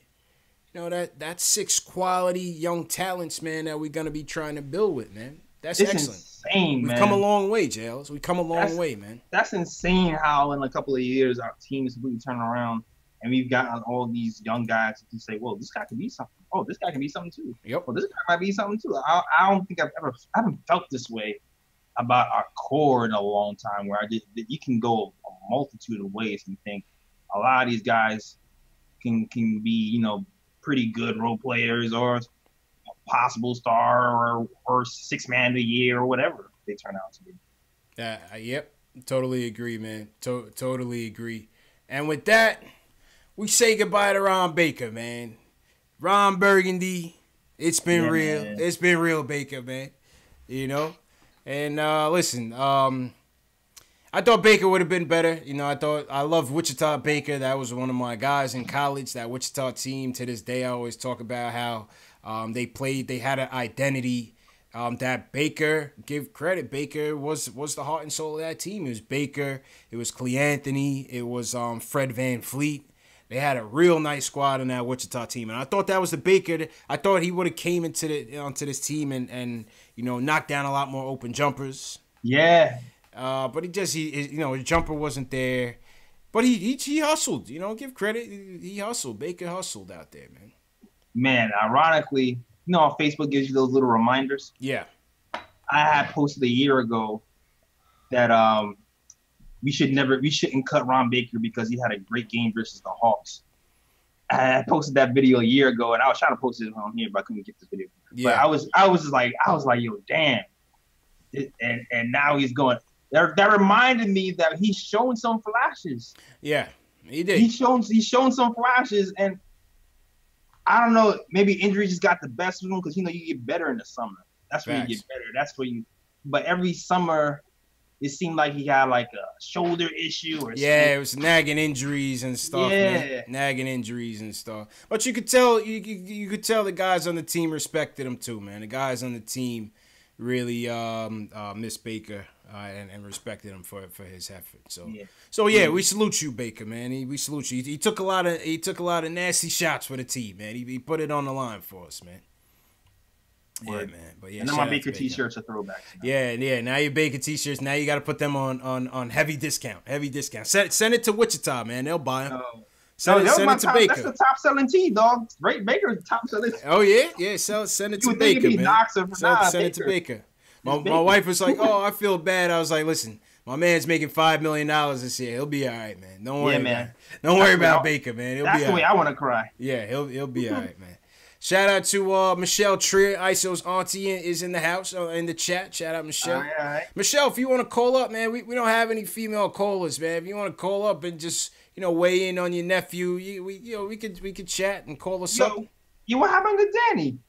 Danny girl, I don't know. So I'm not sure. Sometimes she's in here, sometimes she's not. I'm sure if she can be, she would be. Oh, okay, she should call heavy last season. She always had some good points. Yeah, Danny girl, you should call in heavy over the off season, man. Shout out to everybody in the chat once again. Let's get back to the phones. Ben from Queens, he wants to talk about Money Mitch and Frank. Ben, what's going on, man? Yo, what's good, CP, man? How's everything going, man? How you doing, man? Yo, sorry for the wait. I know Ben and Q and everybody's waiting still. It's a long show. We had a lot of callers, man. I appreciate your patience. Yeah. But real quick, a point about Mitch Robinson about the ankle injury. Yeah. He's a real young guy. Yeah. And I don't think we need to press the panic button just yet, because if you remember. Now, this may not be the best comparison, but if you remember earlier in Steph Curry's career, he had like 3-4 straight years with ankle issues. Yeah, both of them, he had some bad ones. And that's why people weren't so high on him.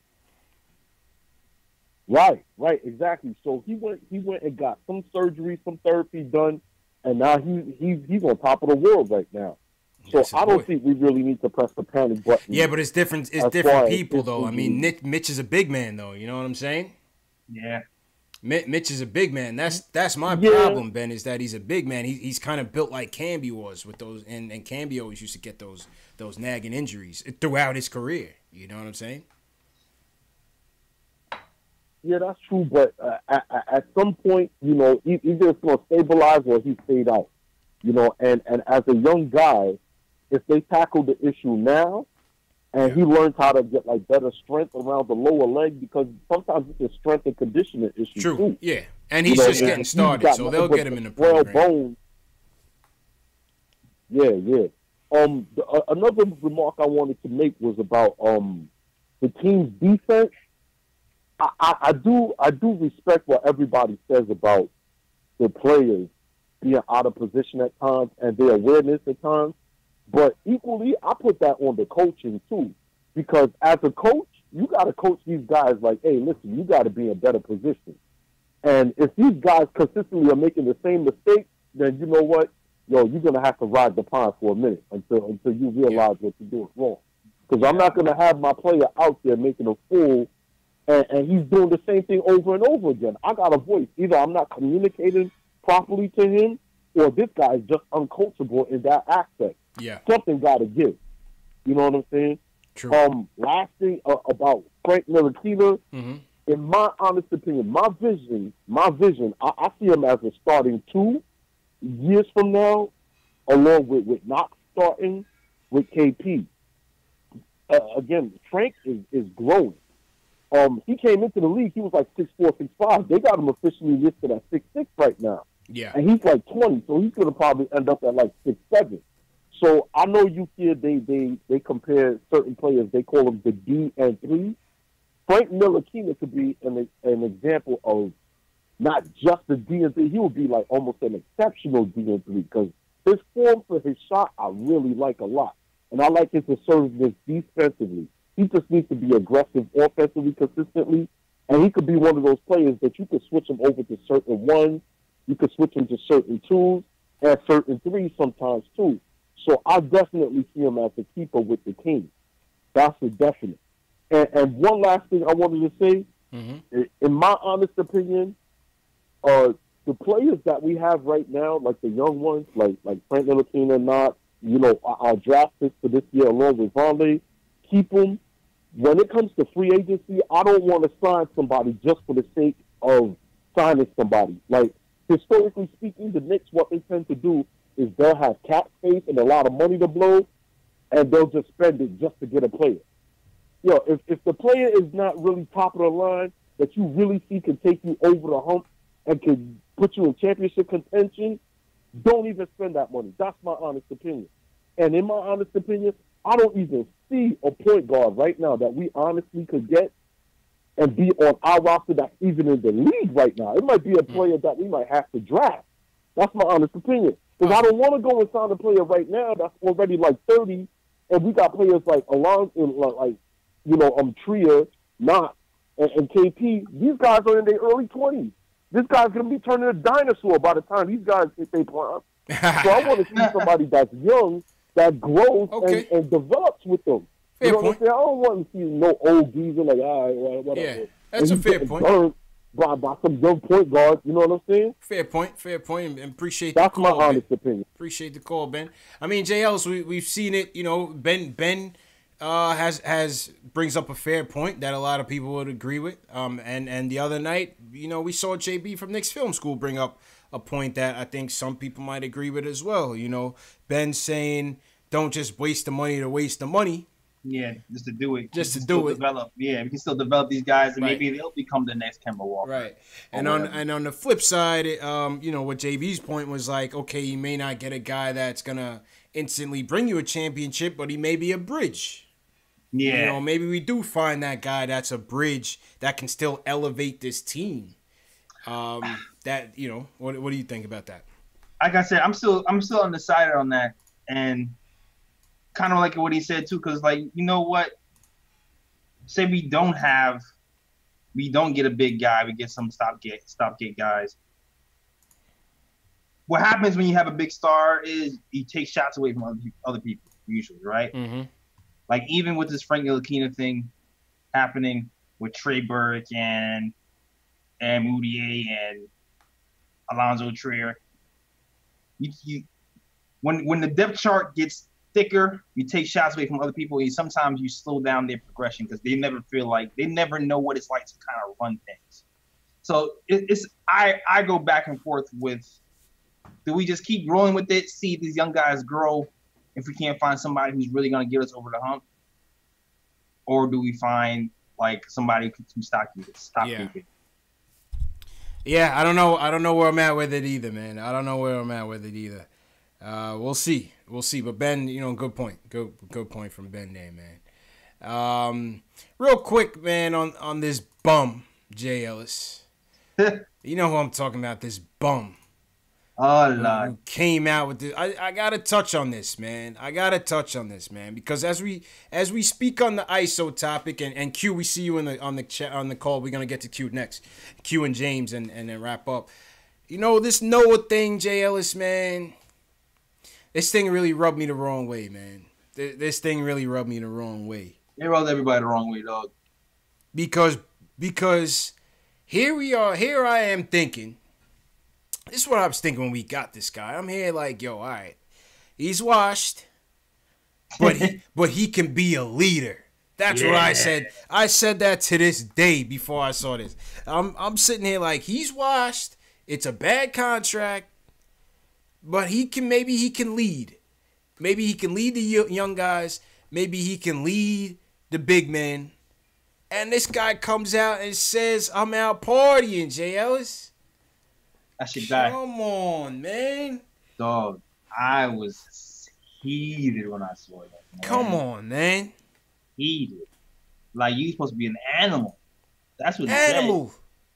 An animal for New York, and he was an animal in the club. Like, oh my God. Come on, man. Come on, Jay Ellis, man. Like, if there's one thing I hate more than anything, is bad work ethic. You were here in New York. Yes. New York City. This is supposed to be your dream. Yes.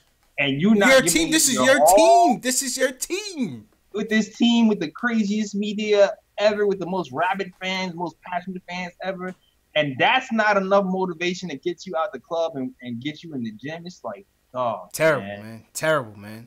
So, you know, I don't blame this guy. I give credit to his agent for being able to take that money out of the Knicks' pockets. I really feel like this was Mills that signed the check, but Phil giving him the green light.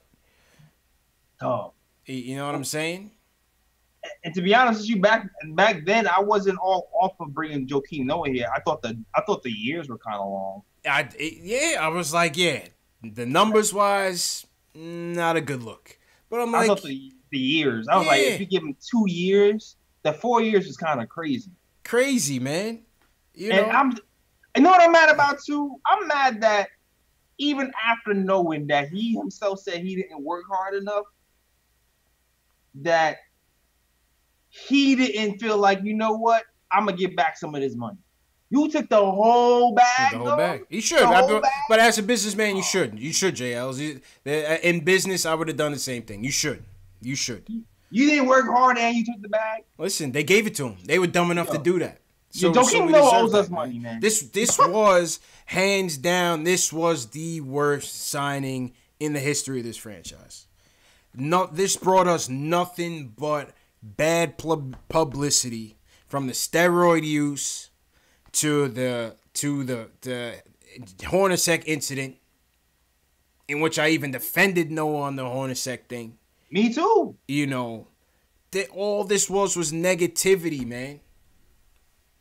You know, it's just a disgrace. It's a disgrace. I mean, listen, human nature, right? If you're sitting there injured with $72 million in your pocket, living in the greatest city in the world, yeah, JLs, me and you would probably go kind of dumb. We would go ham. You know what I'm saying? I'm going out. I'm going out too, but I'm still responsible. You got to handle business, baby. You got to handle business, man. Anthony Mason, the late, great, God rest his soul, happy birthday to Mace. Mace handled business. He was from this place. He knew what it was. Oakley handled business. Ewing handled business. Carmelo handled business. Carmelo was out. Moderation. Carmelo was out on the scene. He was a socialite. But he come in and still give you them buckets. Get to work.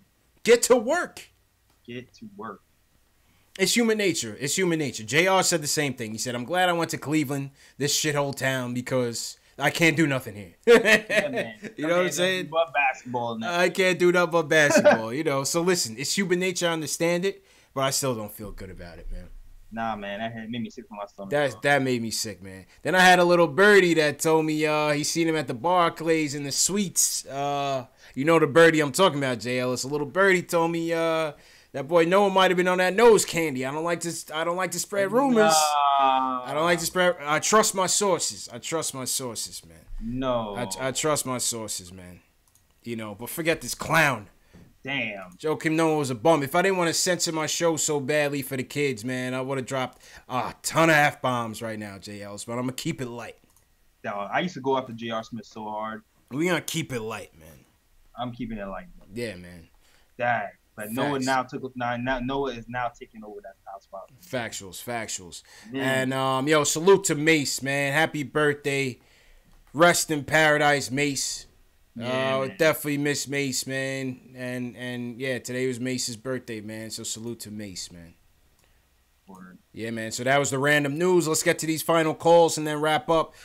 We got Q and then we got James. Q from Brooklyn. What's good, Q? How you feeling tonight, Q? We always check Q's temperature on nights like this. How you feeling tonight, man? Man, whew. Yo, there's a lot of man. Y'all, this is probably one of the most ferocious shows, man. Y'all dudes are on fire today. Appreciate it, Q. Appreciate it. A couple of things. Hey, y'all, man, y'all got me loving this too much, man. I gotta have this show. If not, I'm gonna end up just like going for some bad team that I hate and call it a day. But yo, this is crazy. Great win tonight. Yep. Couple of points, you guys, with a couple of callers. Mudiay, I need a year of Mudiay before I could just say, okay, he's ready to go. Yeah. And Mudiay, it's just like, I'm there, but I'm not. So I can't be convinced. But I need a year, consistent play nights like this, a little bit better defense. That first half, man, I was ready to just get him out of New York. But, he's one of those up and down players. I need to see a little more consistency. Your caller before me, man, that dude kind of sound like Biggie, man. I was like, yo. I said, man, I'm surprised y'all didn't snap on that, man. He was like killing me. I was like, yo, this guy is summoning the Notorious, man. So yeah, Ben did kind of have that Biggie accent going. Huh? Yeah, man. Yo, Ben, I appreciate it. Thanks, Ben. I appreciate that.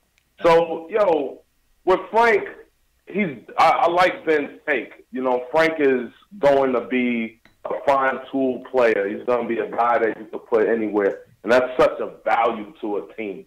So, you know, I think that's a good point on Frank because he's a Euro player. Euro players, they're multi-tool players, and you could put Frank at the 1. I got a couple of point guards at the 1 and 2. So, you know, that to me can always fit because you need great ball handlers in the backcourt these days. So that's dope. Another point, man. You guys were talking about Noah. Yo, he said it was lit in Chicago, too.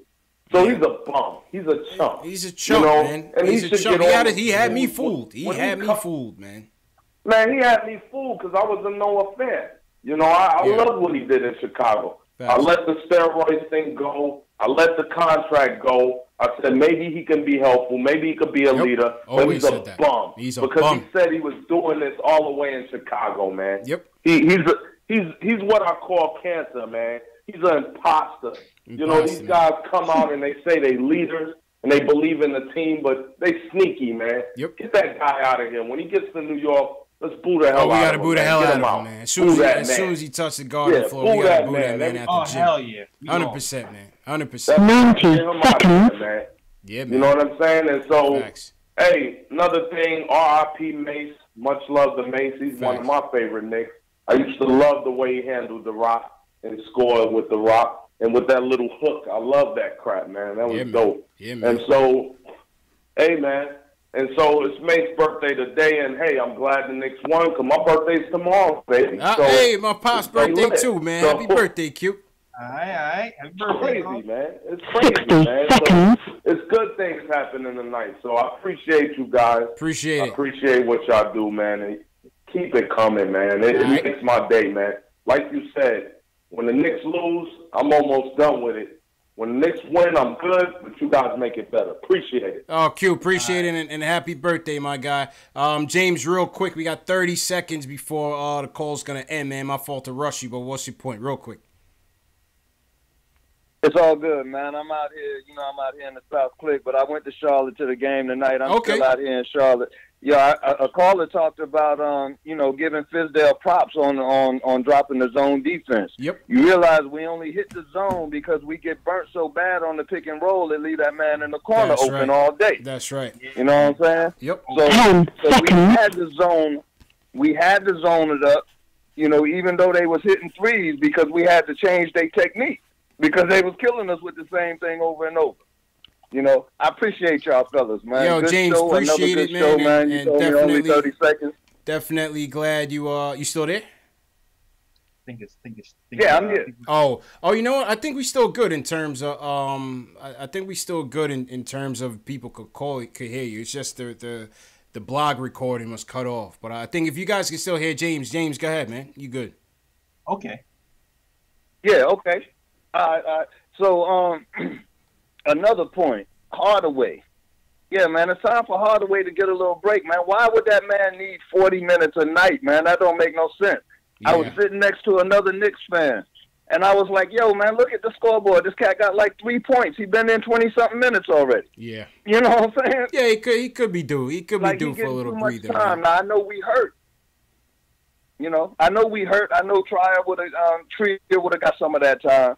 You know what I'm saying? So we're a little short-handed. But, as soon as we get healthy again, we ain't trying to develop Hardaway. He's supposed to be there. And he was the main one getting lost in the zone defense.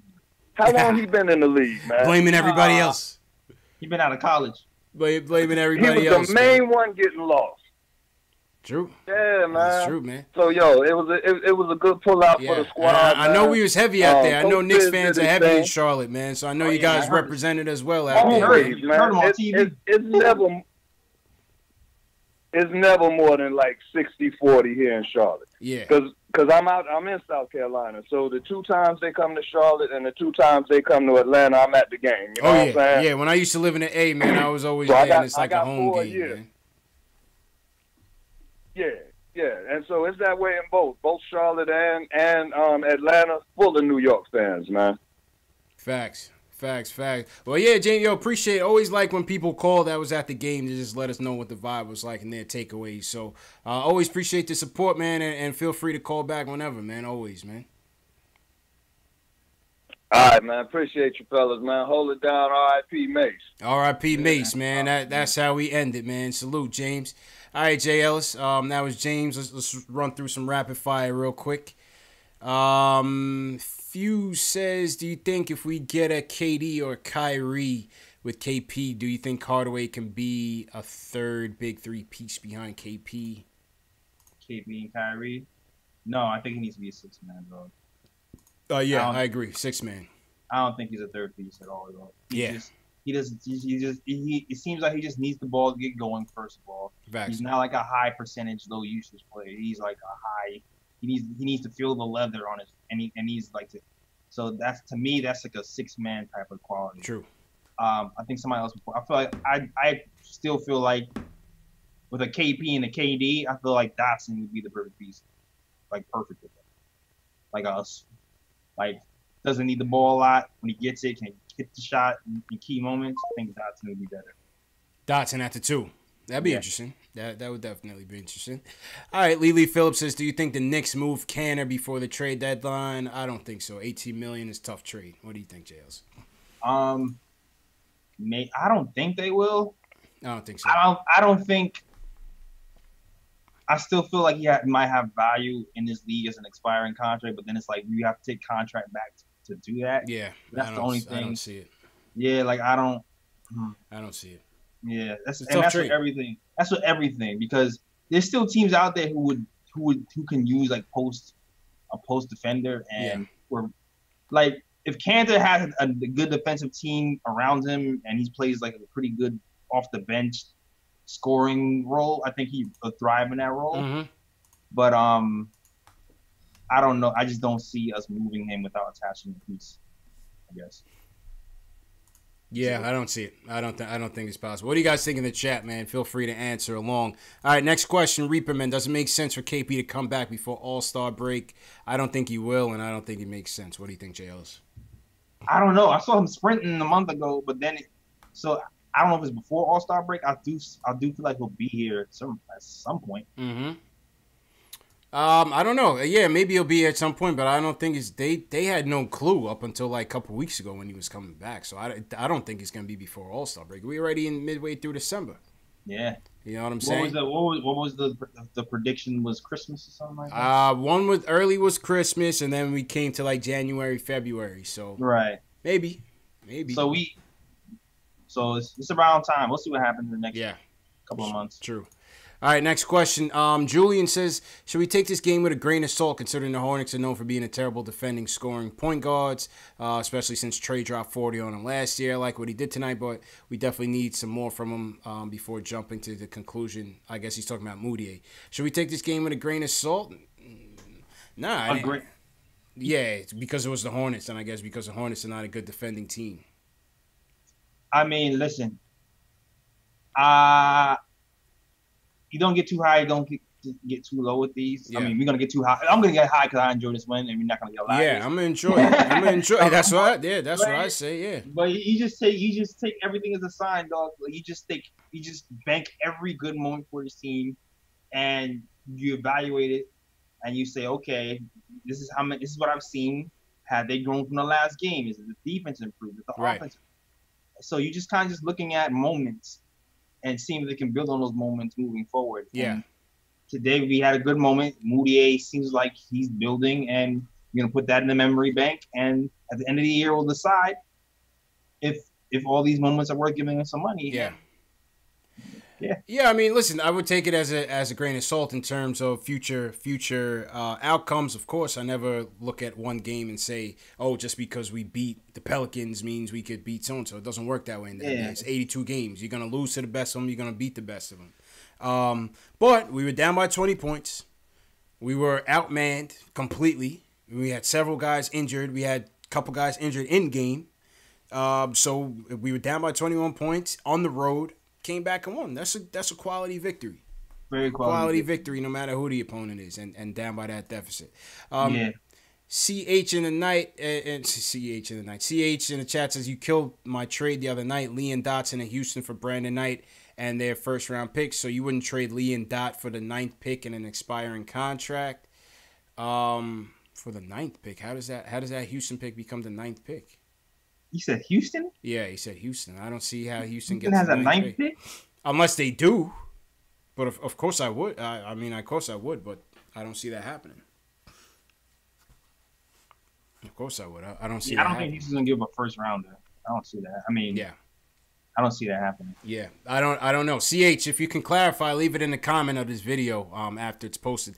Ace Bez says, what can we get for that bum Cannon in a trade? We talked about that. Nothing. Coach East Carter says, are Mudiay and Frank the point guards of the future? No. TBD. We don't know. TBD, man. We're all experimenting. Yeah. Ace Bez says, JLs, if you bench Timmy, who's going to put up the shots consistently? Yeah, I mean, we touched that. I don't know. That's the catch-22. I mentioned that earlier. I was like, I would see what happens because,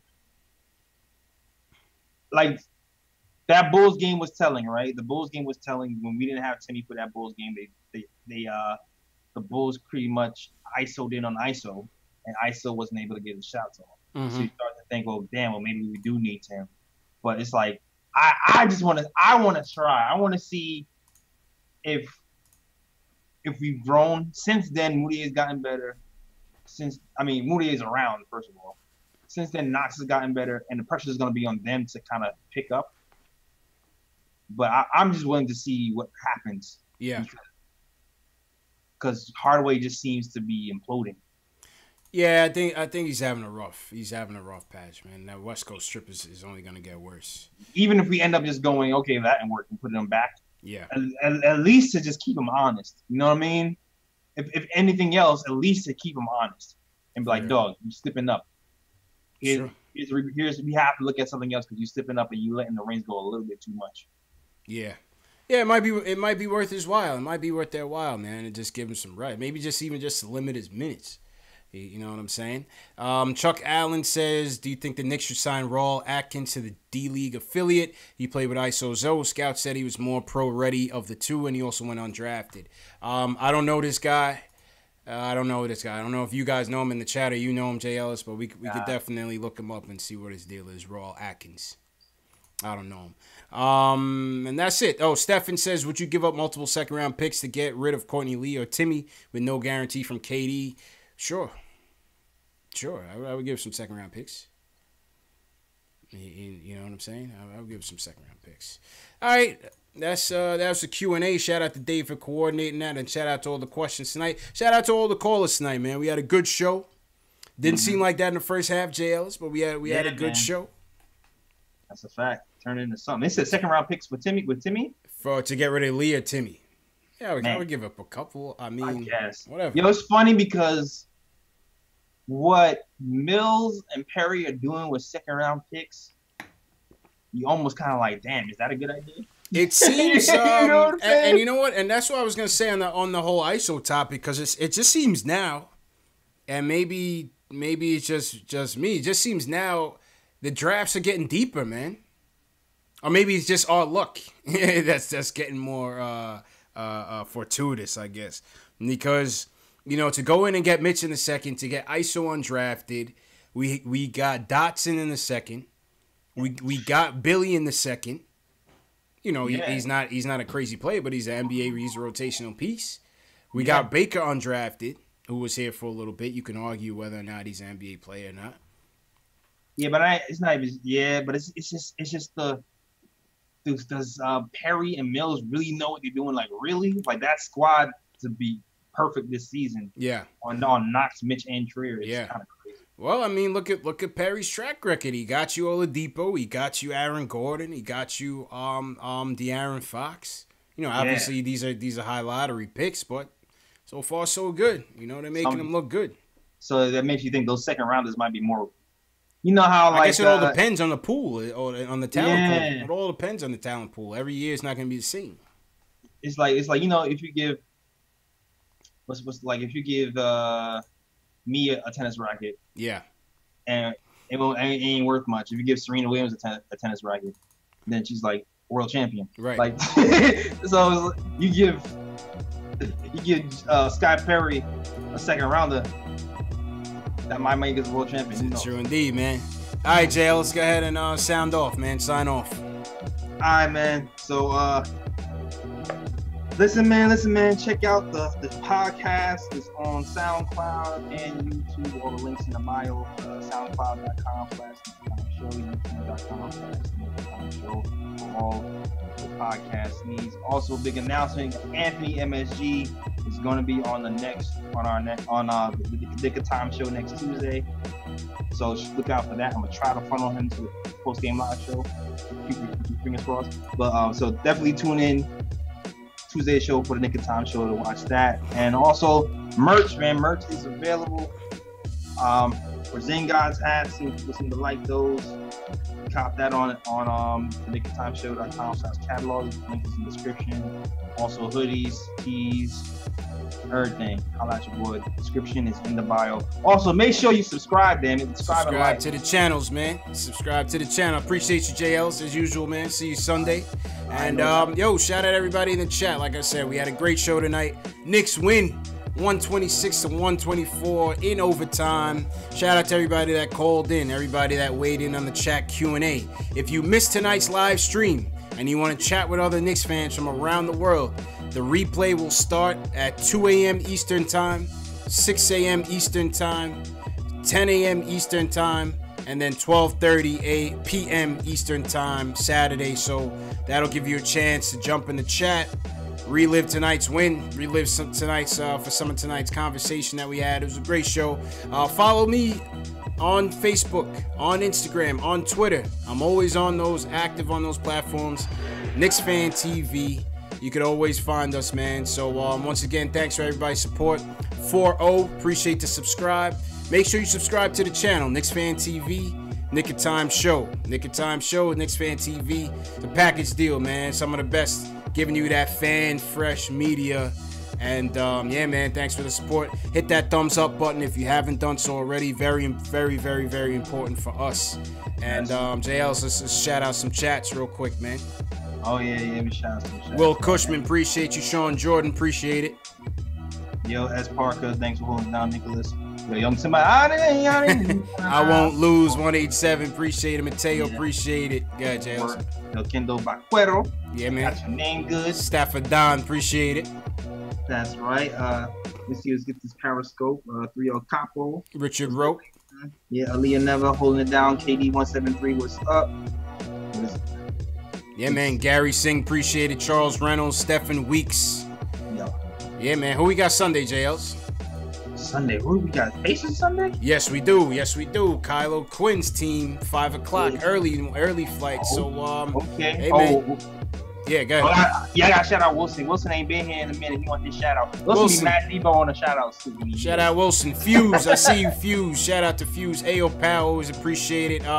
So yeah, we'll see you guys Sunday night about 8 o'clock Eastern Time. You know the times kind of vary depending on what time the game ends. But Knicks Pacers, come back to the chat. Appreciate the support, you guys. Have a good weekend. Be safe. Get your Christmas shopping done. Happy holidays, man.